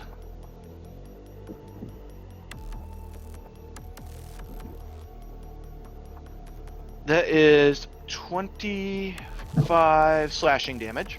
No, it's not. It's 12. There you go. Uh-uh. And that will end our giant's turn, which rolls us into Bearfang.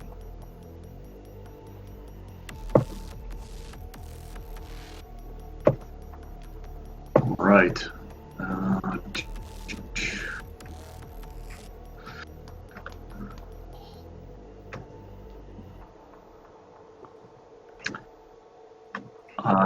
Let's move first.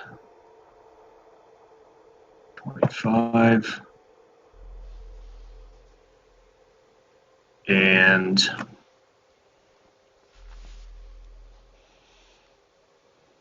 we got left for space here. 40.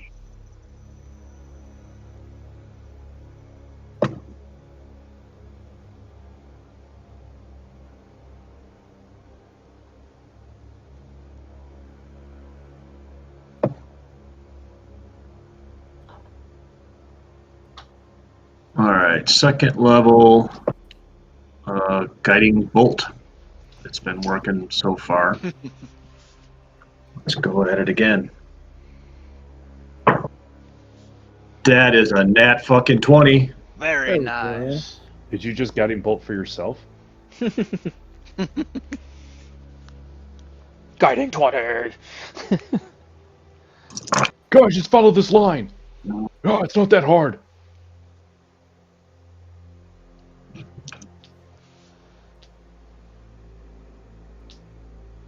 $32, and that is doubled, unfortunately.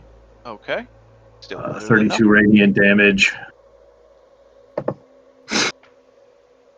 And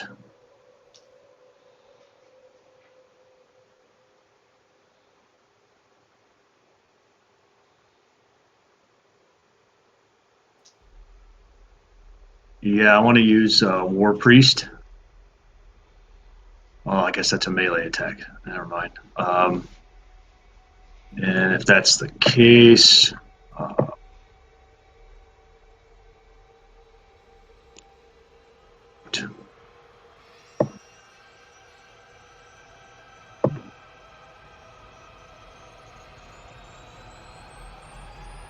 think that's going to be it.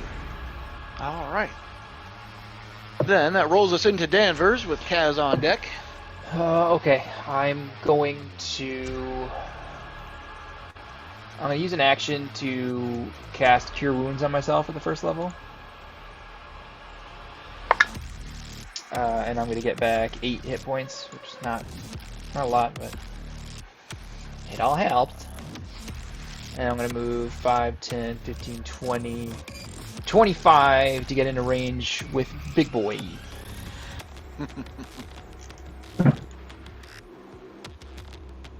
Well, to get into my range with Big Boy. I'm sure his range was 5 feet ago, but...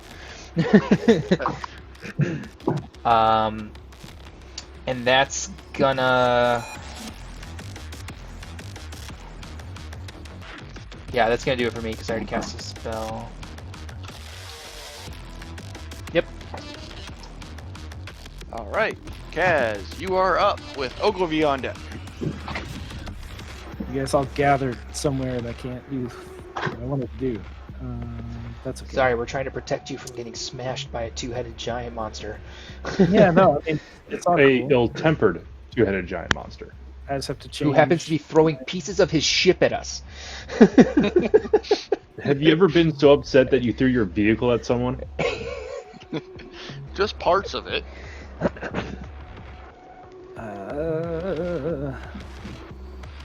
Remember, you are still under the decking, Kaz.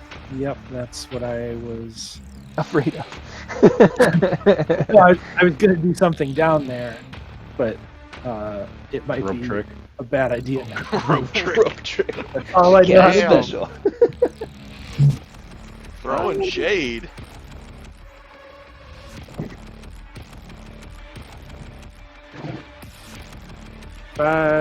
Which way does the stairway work? Basically, there is a grate that is closed over them, and it goes from here to here down. So I'd have to go to the other side to go up. Yes. Both Yeah, of these are set up to go from the mast downward.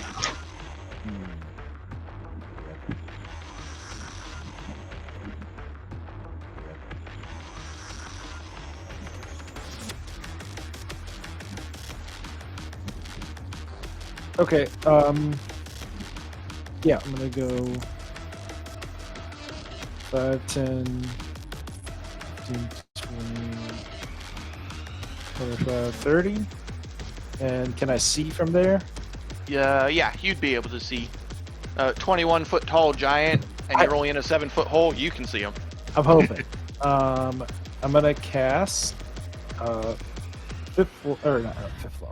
third level magic missile. Okay. There's 5 of these bad boys. 7, 8, God, what are you, Taco from the 11. Adventure Zone? 14. That's 19 force damage. All right. What else you got? Bonus action, drink another potion. Okay. That's 8.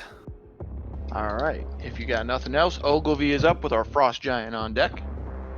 Okay, I'm going to start off, while in my rage, I'm going to make a great sword attack. Do I have flanking due to Danvers?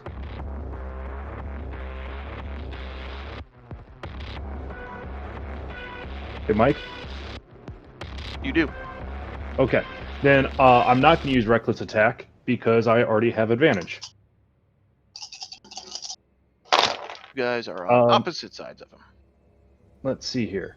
16 is the higher d20 roll, which turns into a 21. I get to re-roll that because it was a 1.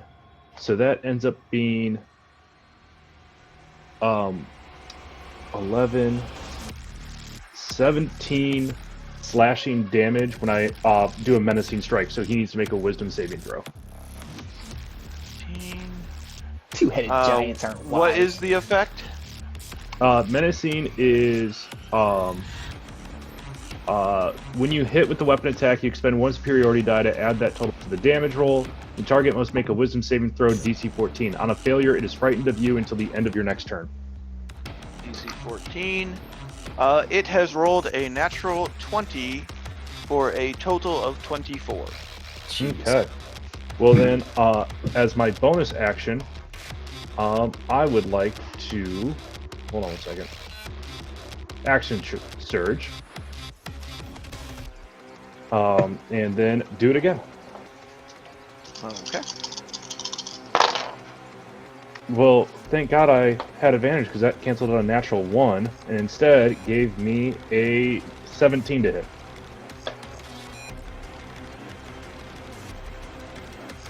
$17 to hit. I can't hear you, Mike. I'm sorry. It hits.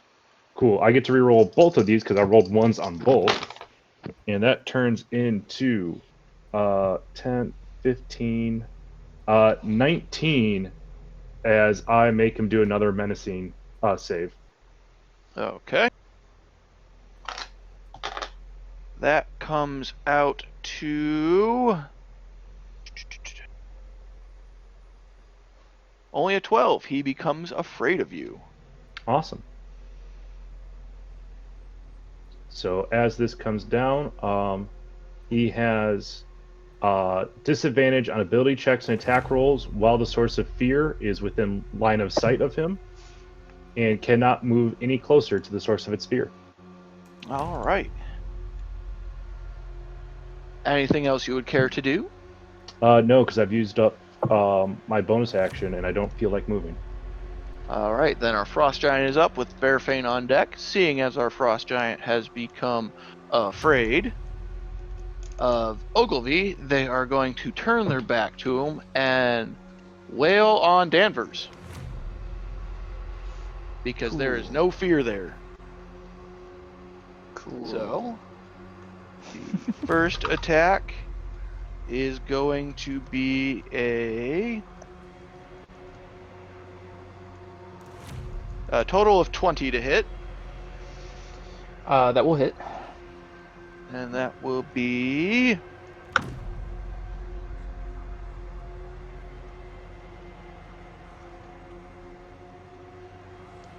math rocks. 37 slashing damage. It rolled really well. Okay, so that would knock me out. I have a question about Hellish Rebuke. So it says it's a reaction which I take in response to being damaged. Yes. Would I be able to use that before losing my consciousness? Yes. Okay, so I would like to do that then. So he needs to make a dexterity saving throw. What is the effect that he is saving against? My It Hellish doesn't Rebuke. matter. That is a 12. Okay, so he fails and he takes 10 fire damage. Right. Which, like, maybe And is doubled because he's a frost giant. Not so much? Let me double check on that. Nope. No additional damage, regrettably. Okay. Alright, well, I am unconscious. I fall to the ground. Okay, with that attack making you unconscious and not wanting to deal with Ogilvy, he's going to go 5, 10, 15, 20. Turns out I get to attack him. Yep. And because I can't do maneuvers as a reaction. Stop there. So that is a 13 plus 6 for a 19. And that improved a 1 to a 4, so that will be 9 plus 5, which would be 14 slashing damage. Right. And then he is going to make his second attack at the magic user, hurling missiles at him. I remember this part. He rolls a 5. Okay, in that case, does a total of 20 hit you? Do I have any cover? No, you do not. But you do He has have a a plus reaction 15? shield that you didn't use earlier. Right, but that's only plus 5, so that puts me at 16 AC. Ah. He has a plus Holy 15 crap. to hit? When he is raging, he does. Oh my god. Wow. Or no, it's only 11, so that would put it at, my bad, 16. 16. 16. Still hits But- Kaz, but, I'd still get hit even if I healed, because I'd be 16 AC. but now it's less hopeless. So I have that moment of remembering. Oh, this isn't so. Oh yeah, no, it's bad. This isn't so. Oh no, it's still bad. Yep.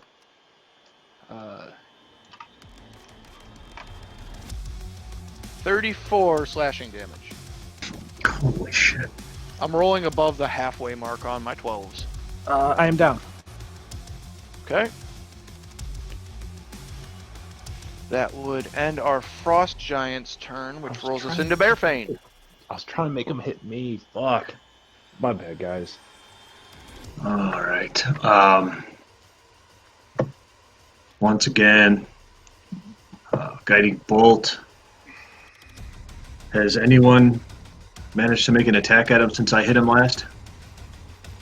I did, but I had advantage already. But it would still use it. I would still use up the guiding bolt, yeah. Mm-hmm. And Okay. the magic missile. Gotcha. All right. Second level. Let's try it again. Oof. I'm going to use my last channel divinity to change that 6 to a 16 and make that a 22 to hit. That'll hit.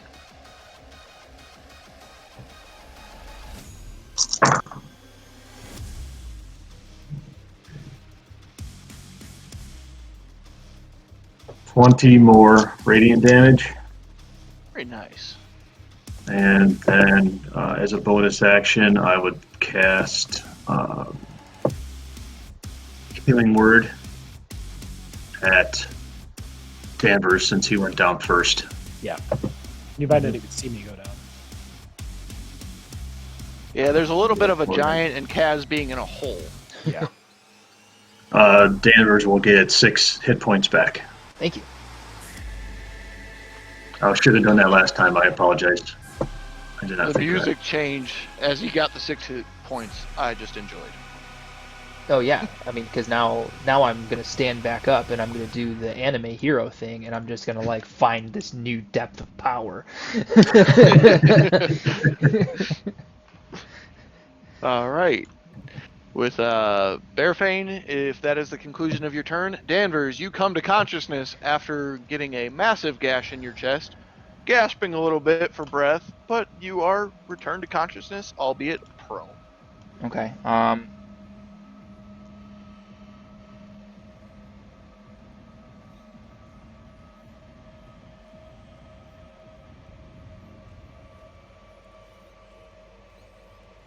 Okay.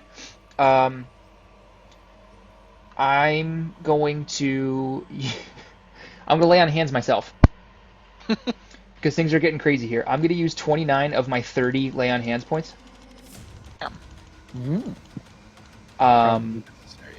So that I can give myself a buttload of healing and still have something left to pick somebody up. So that's my action. And as a bonus action, I'm going to use a first level spell to cast Wrathful Smite. So I am concentrating on a spell right now, and I'm going to stand up also.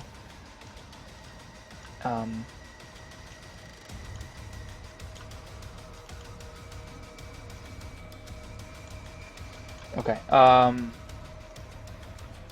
I'm going to move 5, 10, 15, 20. I'm going to get a little closer to Bearfane. Speaking of movement, Mike, if I can, I was going to move towards Danvers as well.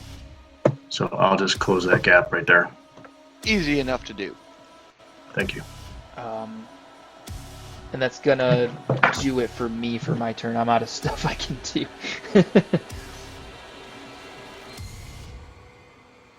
All right. Then, Kaz, you are on deck with a death saving throw. On deck or up? You are up with Ogilvy on deck, my bad. 6. That is a failure. And that rolls us into Ogilvy. You are up.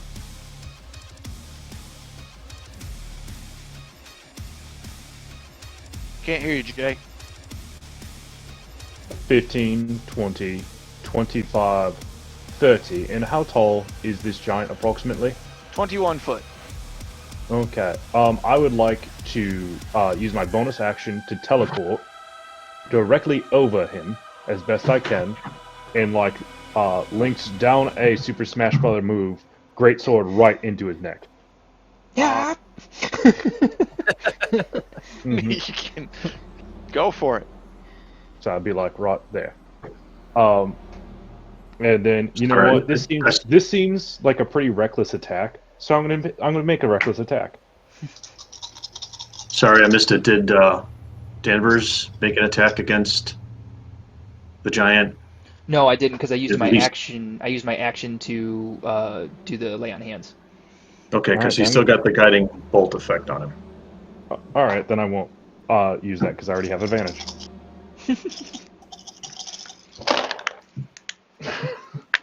How is it that the dice always works when I do the most ridiculous shit? That's a natural 20. Yes. Nice. Yeah. And I get to reroll that because it's a 2. That turns it into a 3, so that becomes 9, 18 plus plus 5. So 18 plus 5 is 23 with a 4 additional superiority damage for 27, and I need a DC 14 wisdom saving throw as I make another menacing attack. Another? Mm-hmm. This is the third menacing attack I've done in this battle. You said 27, correct? 27 damage. Yep. All right. I hate math. So that means he's dead, right?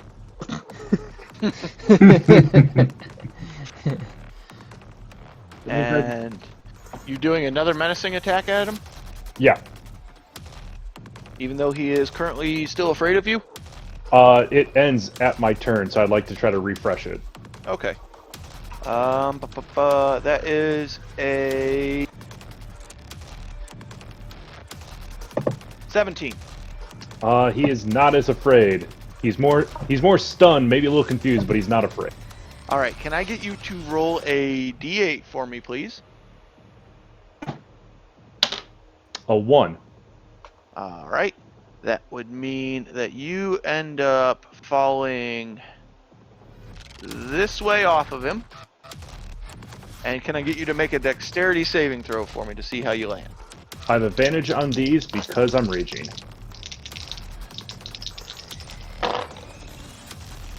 That will be a 15. 14 All right. plus 1. You are able to land without incident. 3-point hero landing with my sword Pretty out. much. All right. Then that rolls us into our frost giant. Is there anything else you would like to do before we get into him? No, I've used all of my available action economy. All right. This round, though, the frost that seems to have been billowing off of him the entire time does not occur to happen this time. It's almost like the frost was burned away with a hellish rebuke.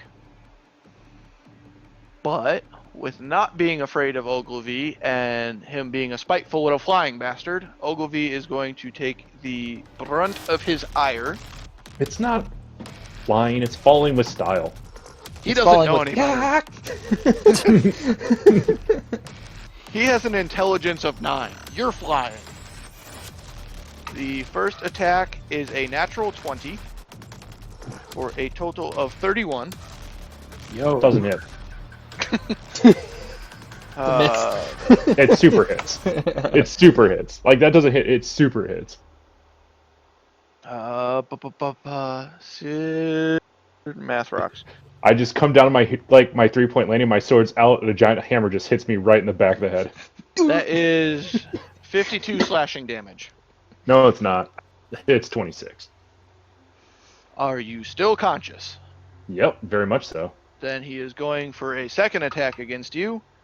That is a 30 to hit. Roll the 19 on that one. Okay.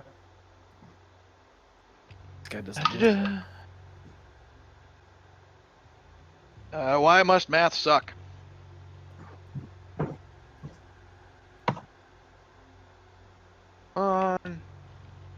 That is 33 slashing damage. No, it's not. It is 16. And that will conclude his turn. Bearfane, you are up. That means I'm a All right. Danvers on deck. Have one last second level spell, and Guiding Bolt is. Nice. That is a 22 to hit. That hit.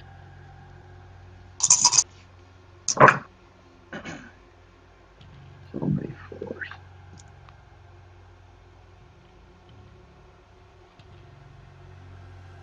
That's 22 radiant damage.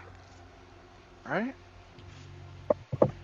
And bonus action, healing word on Kaz. Okay.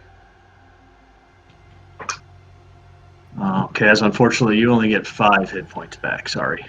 It's 5 more than I had. Now on my turn.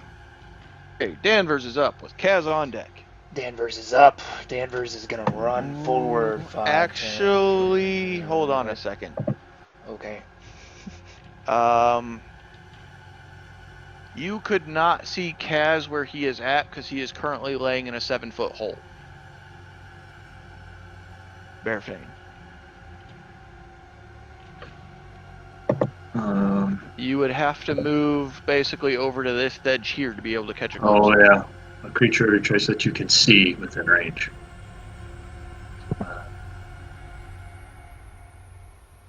Where would I have to go?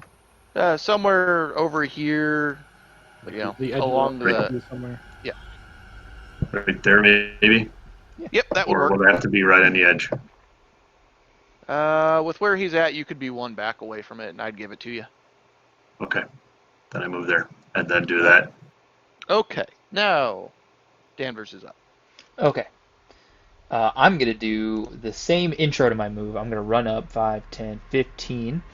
And I'm going to make an attack with advantage, I'm guessing, because I'm flanking with Ogilvy. Yes. Okay. So I'm going to make an attack. Does a 19 hit? Yes, it does. Okay, so I'm going to put my last second level spell slot into a a divine smite. And I need to remember what that does. I think it adds a D8. Right, I think it's 2d8 because one spell slot to do 2d8 plus 1d8 for each spell slot higher than first. So it's going to be 3d8 additional. It's going to be 3d8 radiant damage. So let's see here. Oh boy. So it's 11 radiant damage. Because of Wrathful Smite, there's going to be a d6 psychic damage. So 5 psychic damage. And it needs to make a wisdom saving throw. Alright. It has rolled a 24. Okay, so it saves. And then I need to roll my bludgeoning damage with my flail. And that's going to be... sorry for all the stuff, guys. I was saving things up and then I got knocked out. Sure. So that's 11 bludgeoning damage. Right. Anything else you would like to do? Yeah, I want to use my second attack if he's still standing. He's still standing.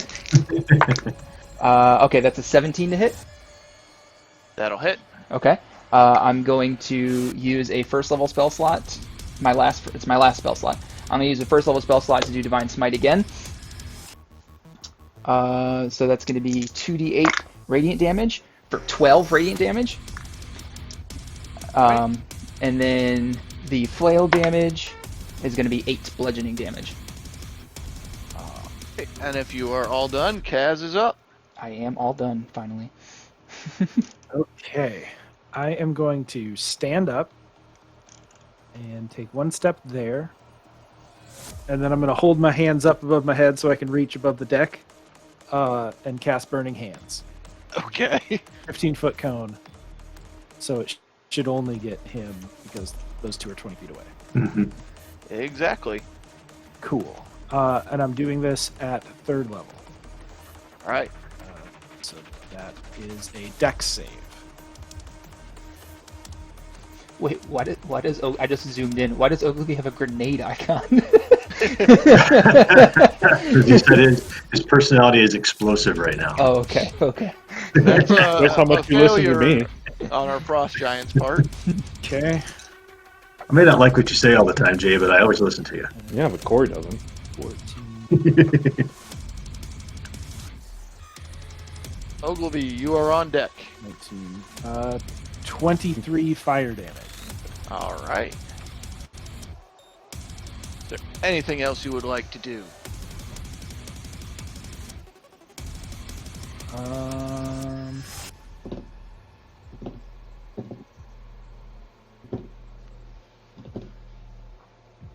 That is it.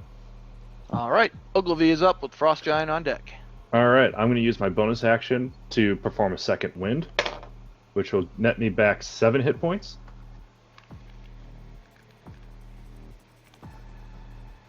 And then use my action, since I'll have the flanking advantage. This time I'll go at one of its strengths. I'm going to do a disarming attack. I'm just going to try to lop off his forearm. Okay. The higher one is a 19 plus 6 for a 25. I get to reroll that because it's a 1. Stays a 1. I get to reroll that because it's a 1. Becomes a 7. So that ends up being 4 plus 5 is 9 plus 7 is 16 damage.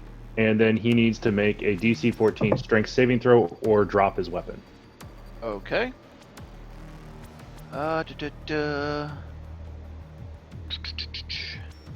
That is a 17 on his part. Well, damn it. That's the last of my superiority dice. Anything else you would care to do? No, because I used my bonus action and my main action. And I don't really feel much like moving. Okay. Then that rolls us into our Frost Giant with Bearfane on deck, not liking that he just got roasted by a cowman. First attack is going after Kaz. Oh, goody. That is a 26 to hit. Wait, guys. hang on. I need to look to see how this works really quick. I have a thingy, and I want to. So my protection thing, it says while wearing a shield, which I am, and a creature you can see attacks a target other than you within 5 feet, I can use my reaction to impose disadvantage. Does that mean the creature needs to be within 5 feet, or Kaz needs to be within 5 feet? I think we ruled that the creature you are trying to impose disadvantage on needs to be within 5 feet. Okay, so then I would like to use my reaction to impose disadvantage on that attack. And see if maybe it helps. The second roll was higher. Okay, I tried. Sorry, Kaz. I mean, yeah, you do what you do.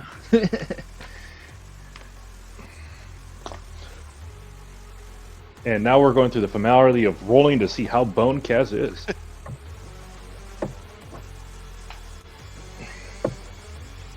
That is 41 bludgeoning or 41 slashing damage. Oh my god. Nope, I'm okay. Almost enough to kill you outright. Yep. I'm down, but I was almost dead. Seeing Magic Man mess him up, and then, well, let's see who he goes after. Danvers, you're taking the second attack. Okay. That is going to be a 17 to hit. It misses. And that will end his turn, so Bearfane, you are up. I think that was his first miss. I think so too. A plus Yeah. 11 will do that. That definitely was. Okay, from where I am, Toll the Dead. Wisdom saving throw.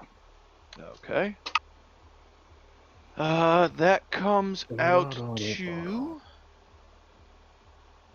a math rocks. 10 for his wisdom saving throw. Oh, nice. Started rolling shitty so finally. That's 2d12s, I believe. Mhm. Because he's already got damage. Did you talk to me? Talk to him? You shut up. Yeah, I did damage to him this round, so it would be 12s. Unfortunately, that's only 7 necrotic. Okay. But then I want to advance and use my warcaster or war priest, sorry, to make a melee weapon attack against him. Okay.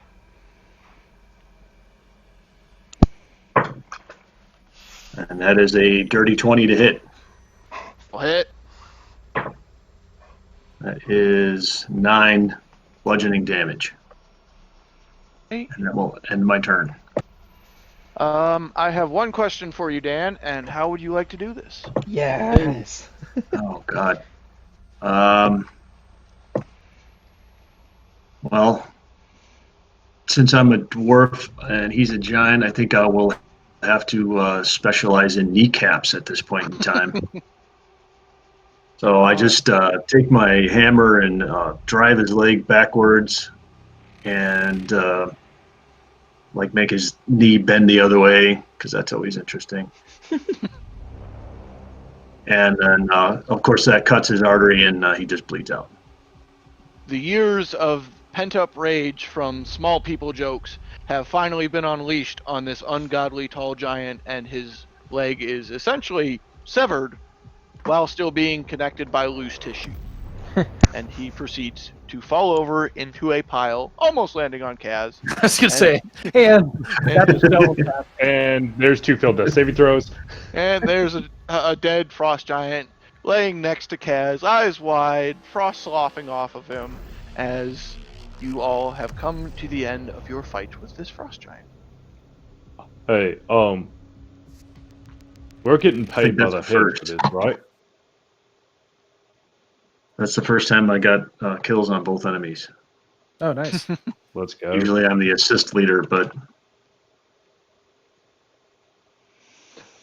Hey, I Well, take it. usually I'm the one that plays stupid games and wins stupid prizes. But yeah. So we're getting paid by the head for this, right? So as you all are having this discussion, Kaz is laying there unconscious. A little beaten, bloodied, bruised, and possibly bleeding out. Probably. Oh, don't look at me. I saved everybody in Call of Cthulhu. I would Right. I would go over and use that lay on hands point to pick him back up. So you've got 1 hit point. Use it. Don't spend it all in one place. Kaz, you come slowly to wake with the faces of a frost giant immediately next to you that had just murdered you twice. Just like reflexively lash out at it. Stab! All right. I killed it. That's right. You sir did, boy. Nice work. That was much And worse don't than I get- wanted it to be. Please, nobody at all recognize how pitiful my performance today was. if nobody else needs it worse than Kaz, I do have a cure wounds I can No, I should be all right. grant you. I would like to search the giant. All right. I'd go pick up my trident. And I'll do that as Kaz is searching. I just kind of touch him on the shoulder, and he gets 10 more hit points. Nice. Okay. Kaz, make a investigation check for me. There's a good roll, finally. That's a 26. All right. And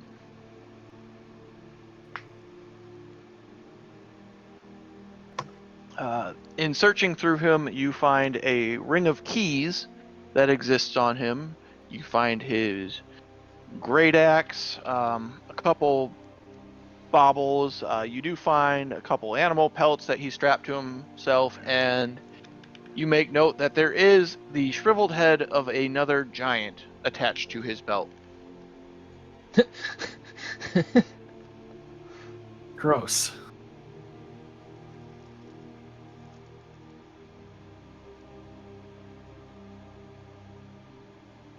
I mean, I will take the keys. I'm going to leave the rest of that alone. Okay.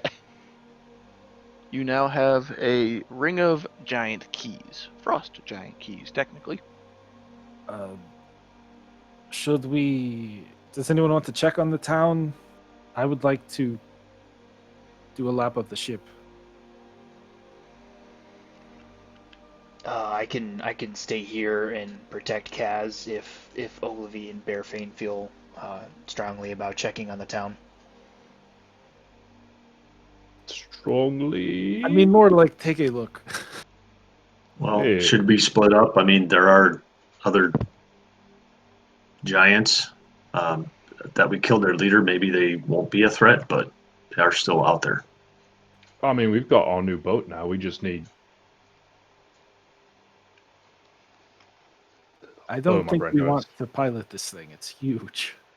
I'm pretty sure that if it requires 10 giants to do it, that the 4 of us not going to get very far. Man, how many different is that? Too many. 6. It's more than twice how many we have now. Okay, stop saying numbers. Use fingers. How many is 6? This many. Okay, thank you. So we need toes to help us out here. Okay, yeah, this is a bad idea. While they're figuring out math, I just want to do a lap of the ship, see if there's any like doors that these keys might help with. Okay, as you're doing your lap, you make note that there are 2 grates here and here covering those stairs leading downwards towards the hole that both have very large padlocks on them. And those, like, I couldn't just access those areas from underneath. No, they were closed off stairwells. Okay. Then I would like to go ahead and key in the lock. Pop one All open. right. After a little bit of trial and error, you find the key that fits one of these locks and then the other one, and both grates open up. If you would like to make a strength check to lift this grate. I'll help him out. I was about to ask.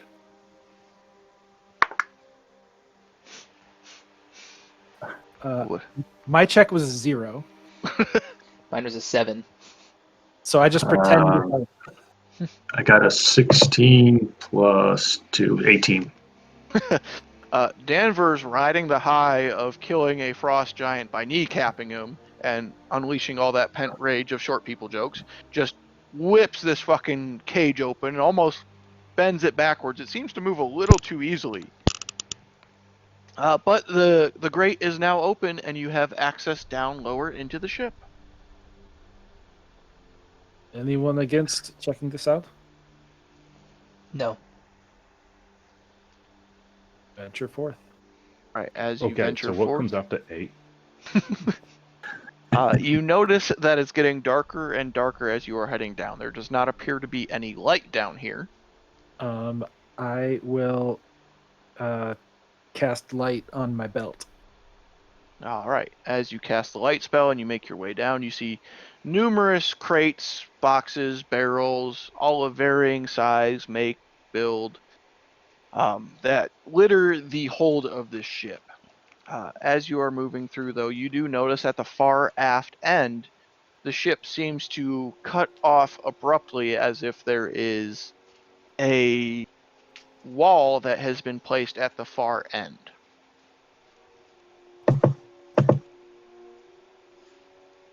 So instead of running the full length of the ship, basically where this line is here that runs vertical, there is a wall in the hold. That has a door in it, I should mention. Oh, okay.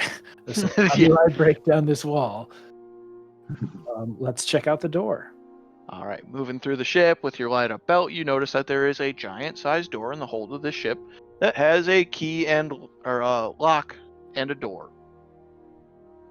Mess with the key ring. All right, you make your way through keys once more, find a key that opens this door, and the door swings open as you press against it, and it leads to a very quaint bedroom that has a giant-sized bed, kind of dresser of sorts, and in the very back wall there is a very large chest, but it is not a usual chest. It seems to be covered in this kind of heavy layer of ice and frost, and almost like the chill of this giant's presence has possibly frozen this chest in place.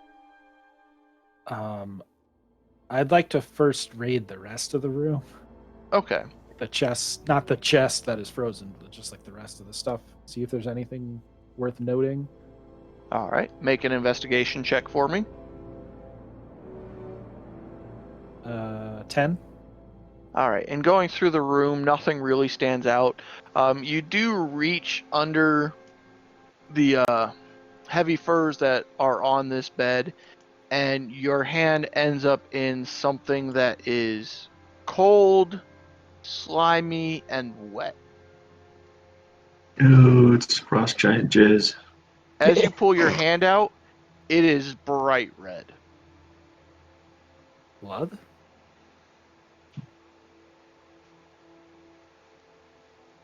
To the best of your recollection, make a medicine check for me.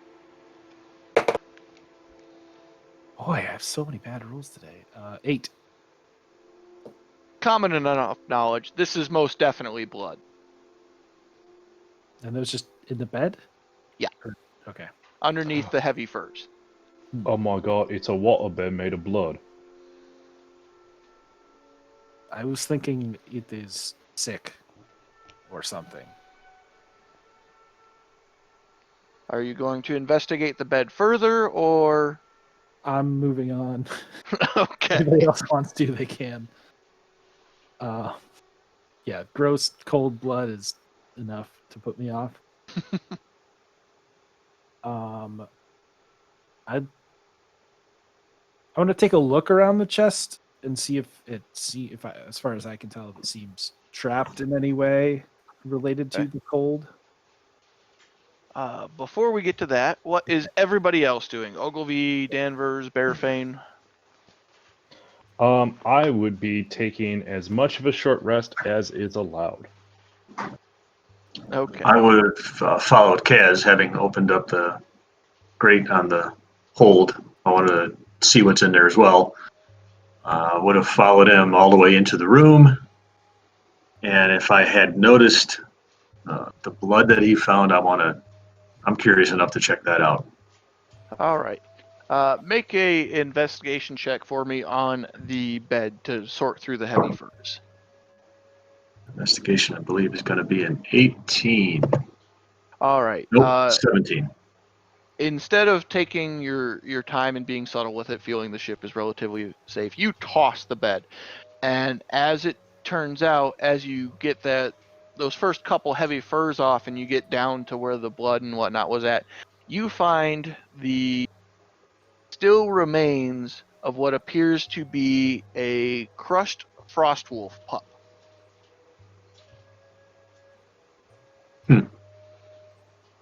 It appears that this frost giant may have accidentally rolled onto this puppy while he was sleeping. Wow. That's gross. Other than that, there doesn't seem to be any kind of blood. It seems like they just kind of left it there as they had things to get on with their day. Very cold. Very heartless. I thought they had a food shortage. Danvers, anything you would like to do? Is there anything in the room that the two of them haven't searched yet? I've kind of lost track of everything that was said between the rooms. No, they seem to have tossed it rather thoroughly at this point. The only thing left is that chest that Kaz seems to be eyeing and beginning to look thoroughly through. Okay. Look. No, I'm just kind of helping look around and stuff. All right. Then we'll roll back to Kaz. Make an investigation check for the chest for me. I'd like to use my inspiration on this. Go for it.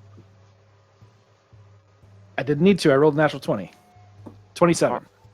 And perusing over the chest, you note that it does not appear to be explicitly trapped, more haphazardly in the fact that the frost and ice buildup on it has proceeded to freeze up the lock. And the keys you do have, though they seem to be of the proper size and make, will not enter this lock no matter how hard you try. I'd like to cast Burning Hands. Okay. You cast Burning Hands, and it takes longer than expected. But finally the lock begins to warm up. The ice seems to melt away from the internals of it, and it seems for the most part the keyhole is free to be used. Give it a shot. All right, you go through the keys once more. You find a key that seems to click in the lock, and as you turn it, you hear the lock disengage, and the chest opens slightly. Just real slowly lift the lid. And you get attacked by a mimic. Looking through the chest, there are some very fine furs in there. Just make an investigation check to see what is beyond that first layer. 24. All right, easily enough, you pull the fine furs out, though be it a little damp. As you start digging down through the layers, you find 1,500 silver pieces. You find 450 gold pieces. Okay. 6 beads of force in a jar. You find a heavy leather bag that seems to hold 8 individual beans. Okay. And you find one. Let me get I just want to make sure I have the imagery right.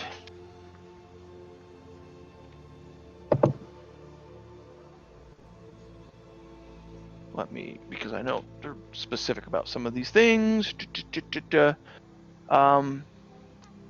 You find a vial that contains a heavy, syrupy-looking liquid that almost has the appearance of iron to it.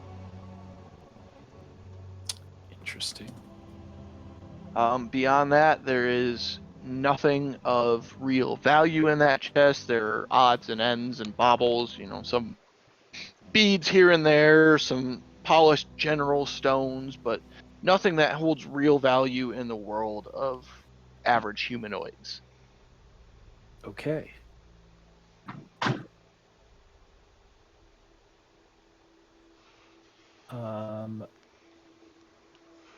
We'll go ahead and divvy up the silver and gold if you all want to take a quarter of 1,500 silver, 450 gold. Okay. So 375 silver.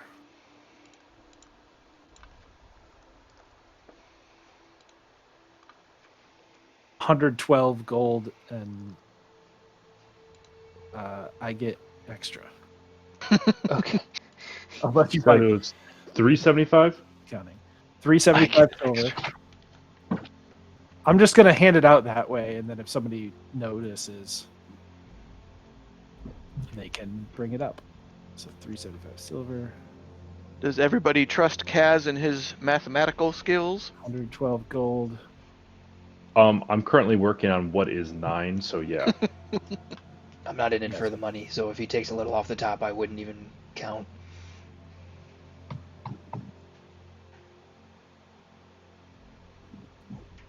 All right.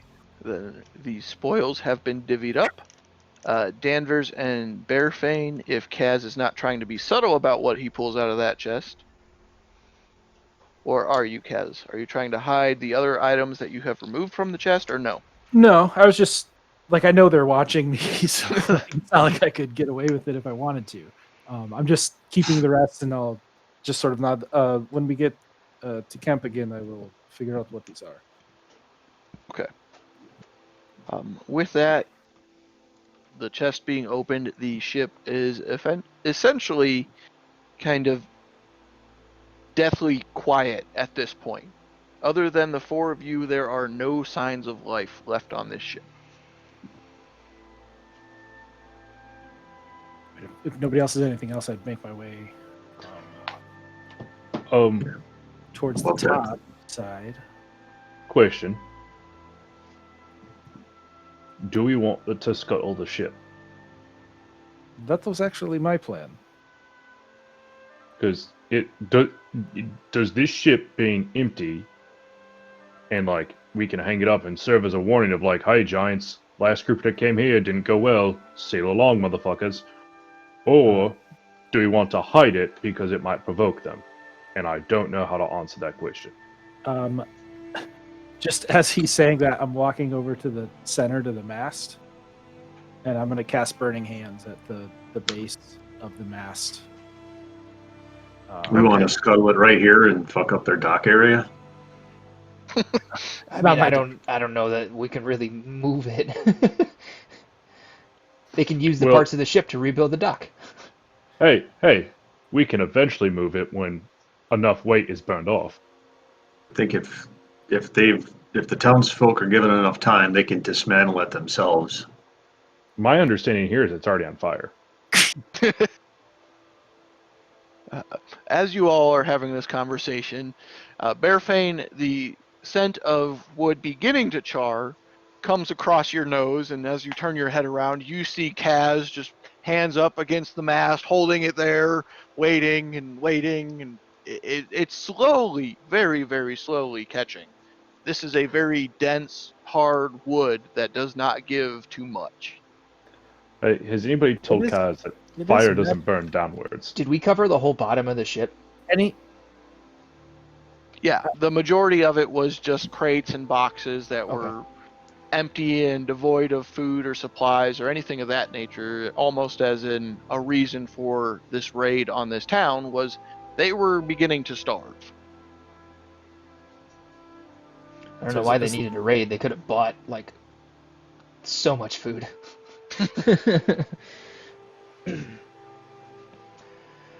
I want to make my way off the ship before Kaz's fire gets too great, I guess. Okay. You all make your way off the ship, minus Kaz, who stays on there. About an hour later, as you're waiting on Kaz to turn up, finally you see the mast catching. why would it? So, like, Burning Hand says it ignites any flammable objects in the area not being worn or carried. So, would that not be flammable? It is flammable, and it is igniting. It is just igniting very, very slowly.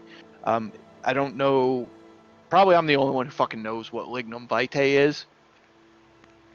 It is a very dense, hard wood that is essentially water and weather resistant that they make, even to this day, ship components out of because of the way it is. That's how resilient this shit is. Okay. I'm sorry, did you say everything. ligma? Lignum vitae, living wood. So it is igniting, just god awful slow. But finally you were able to ignite enough of it where the whole thing starts taking off. Okay.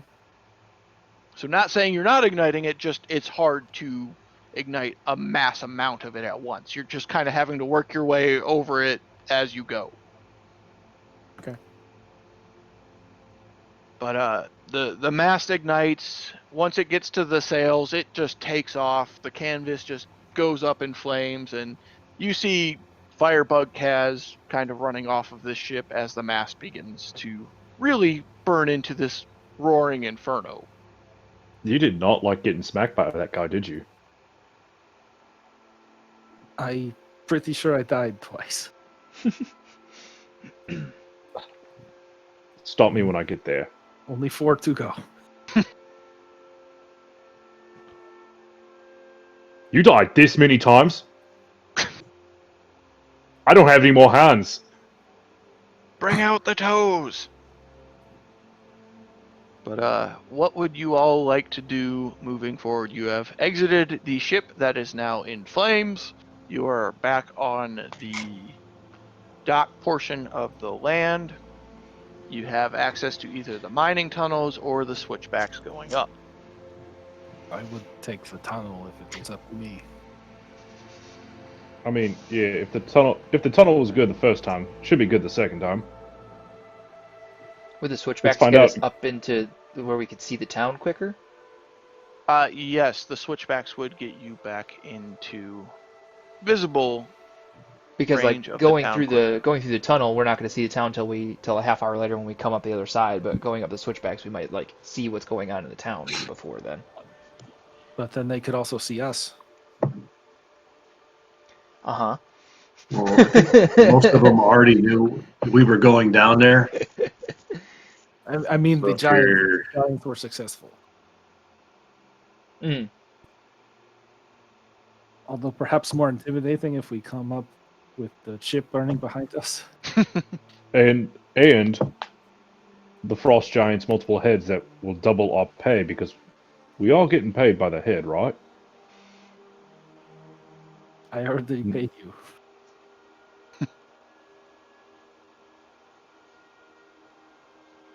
Yeah, okay. Look, I don't rightly care which way we go. I just care that we've done the job. I'd start heading up the switchbacks. Make Sure. your way up the switchbacks. It's 5-10 minute walk getting up those switchbacks versus cutting all the way across the town through the mines and whatnot. You make your way up. There are parts of the town that seem to be burning. Some more buildings have been destroyed, but it is also eerily quiet. The town seems abandoned. There are no sounds of combat, no ringing bells, no thunderous steps of frost giants. It's, for all intents and purposes, dead.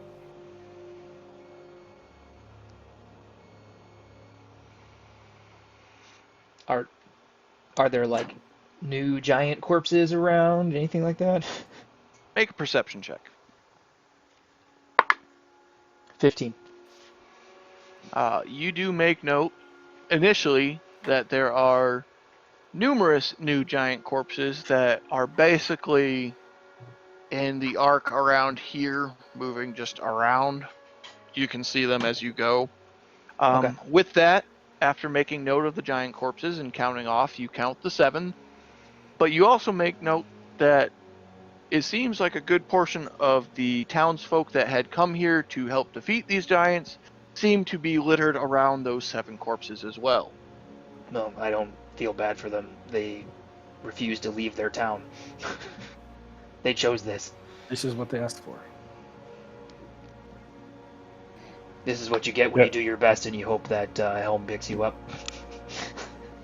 Yeah, I mean, We have a real let's problem be- with this guy. yeah, let's be real here. The last time we saved did not fare much better. In fact, I think this is a market improvement. Hey, he's not wrong.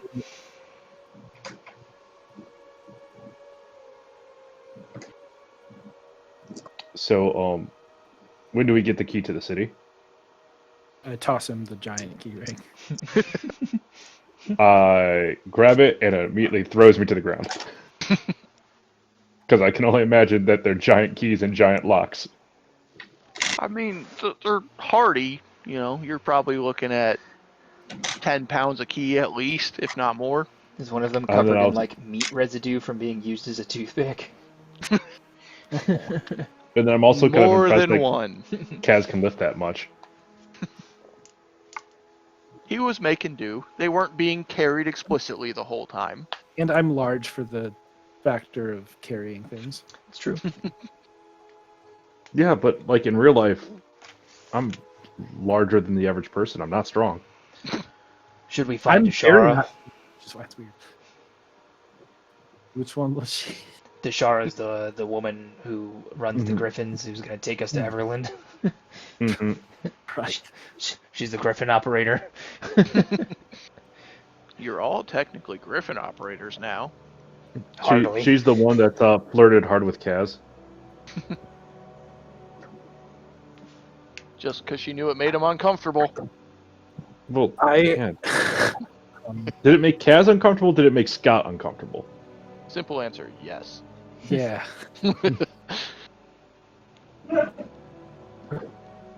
Yes, let's go to the Griffin houses. Roost? Avery, whatever you feel like calling it, nest.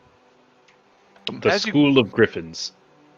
As you guys are making your way through town, you make note that beyond the corpses that have littered the streets, there are numerous fresh wagon wheel tracks running to and from multiple homes, businesses, warehouses,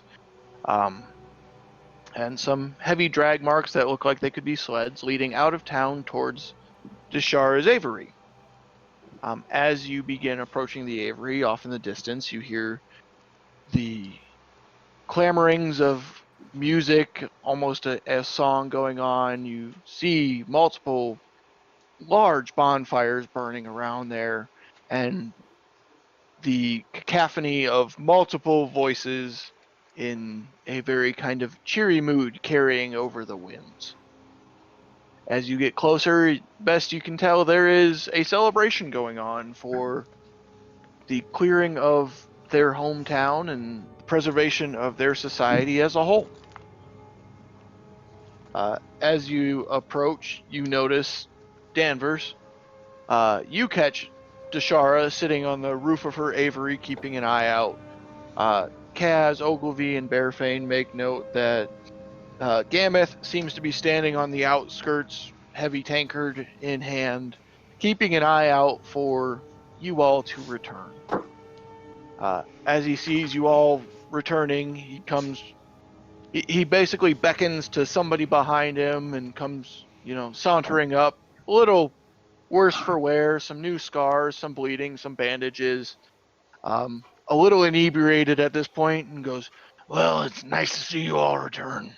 Glad to have some adventures of your caliber on our side." Yeah, for that very temporary agreement. Temporary or not, you did us a great service. And at that point, one of the younger individuals come running up with 4 tankards in hand, filled to the brim with God knows what, but it smells heavily alcoholic, and he hands them off to the 4 of you. Gameth looks at you and goes, "Well, it looks like we have a new annual festival thanks to all of you, and, well, the guests of honor deserve a seat at the head table, so take your positions and enjoy the evening."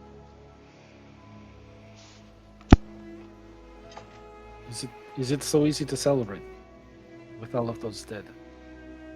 We're celebrating the dead. Without their sacrifice, we would all be no different than them.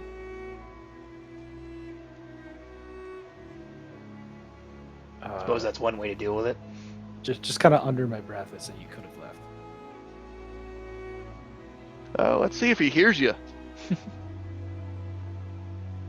Nope, he is far too drunk to hear you. Gives you a big old slap on the back and says, "Well, join the festivities, you assholes."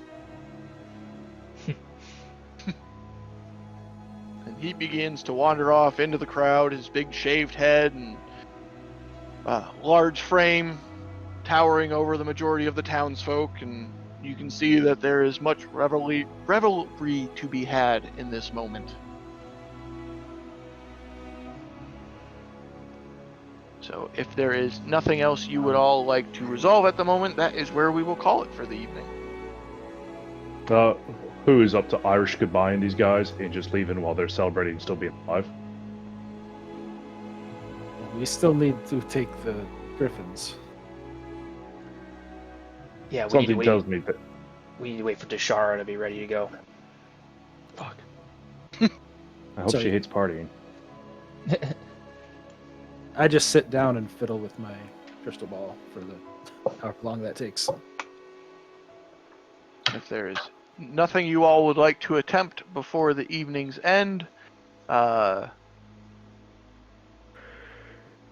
yes, no, maybe so? No. I just need a long rest. That's all. Oh yeah. Yeah, whatever Flamebeard's fire brandy was handed to me during the course of this party, I just hand it to somebody else and walk off. Fair Danvers enough. takes it.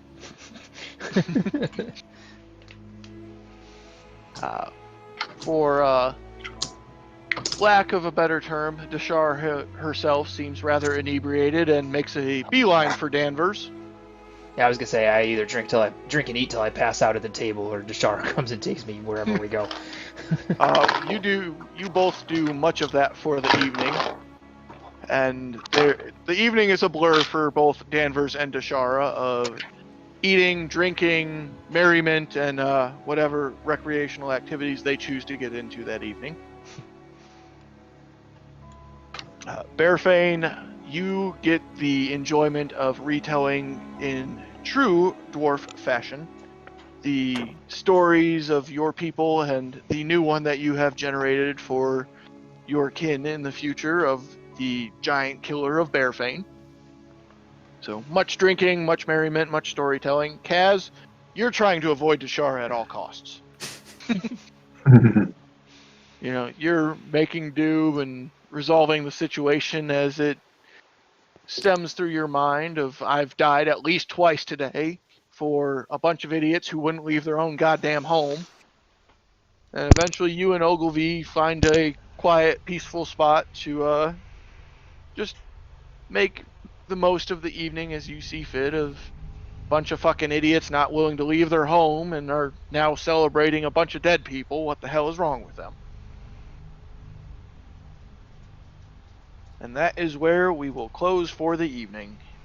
I didn't get so drunk that I don't get the benefit of a long rest, did I? No, you did not. So we can take our long rest before we... Yes, you are more than welcome to your long rest. Danvers, you're just very sore and you don't know what it's from, and at this point you don't care. That's fair. All right. And after 2 months, that is what you guys have been missing out on. It was a tough fight.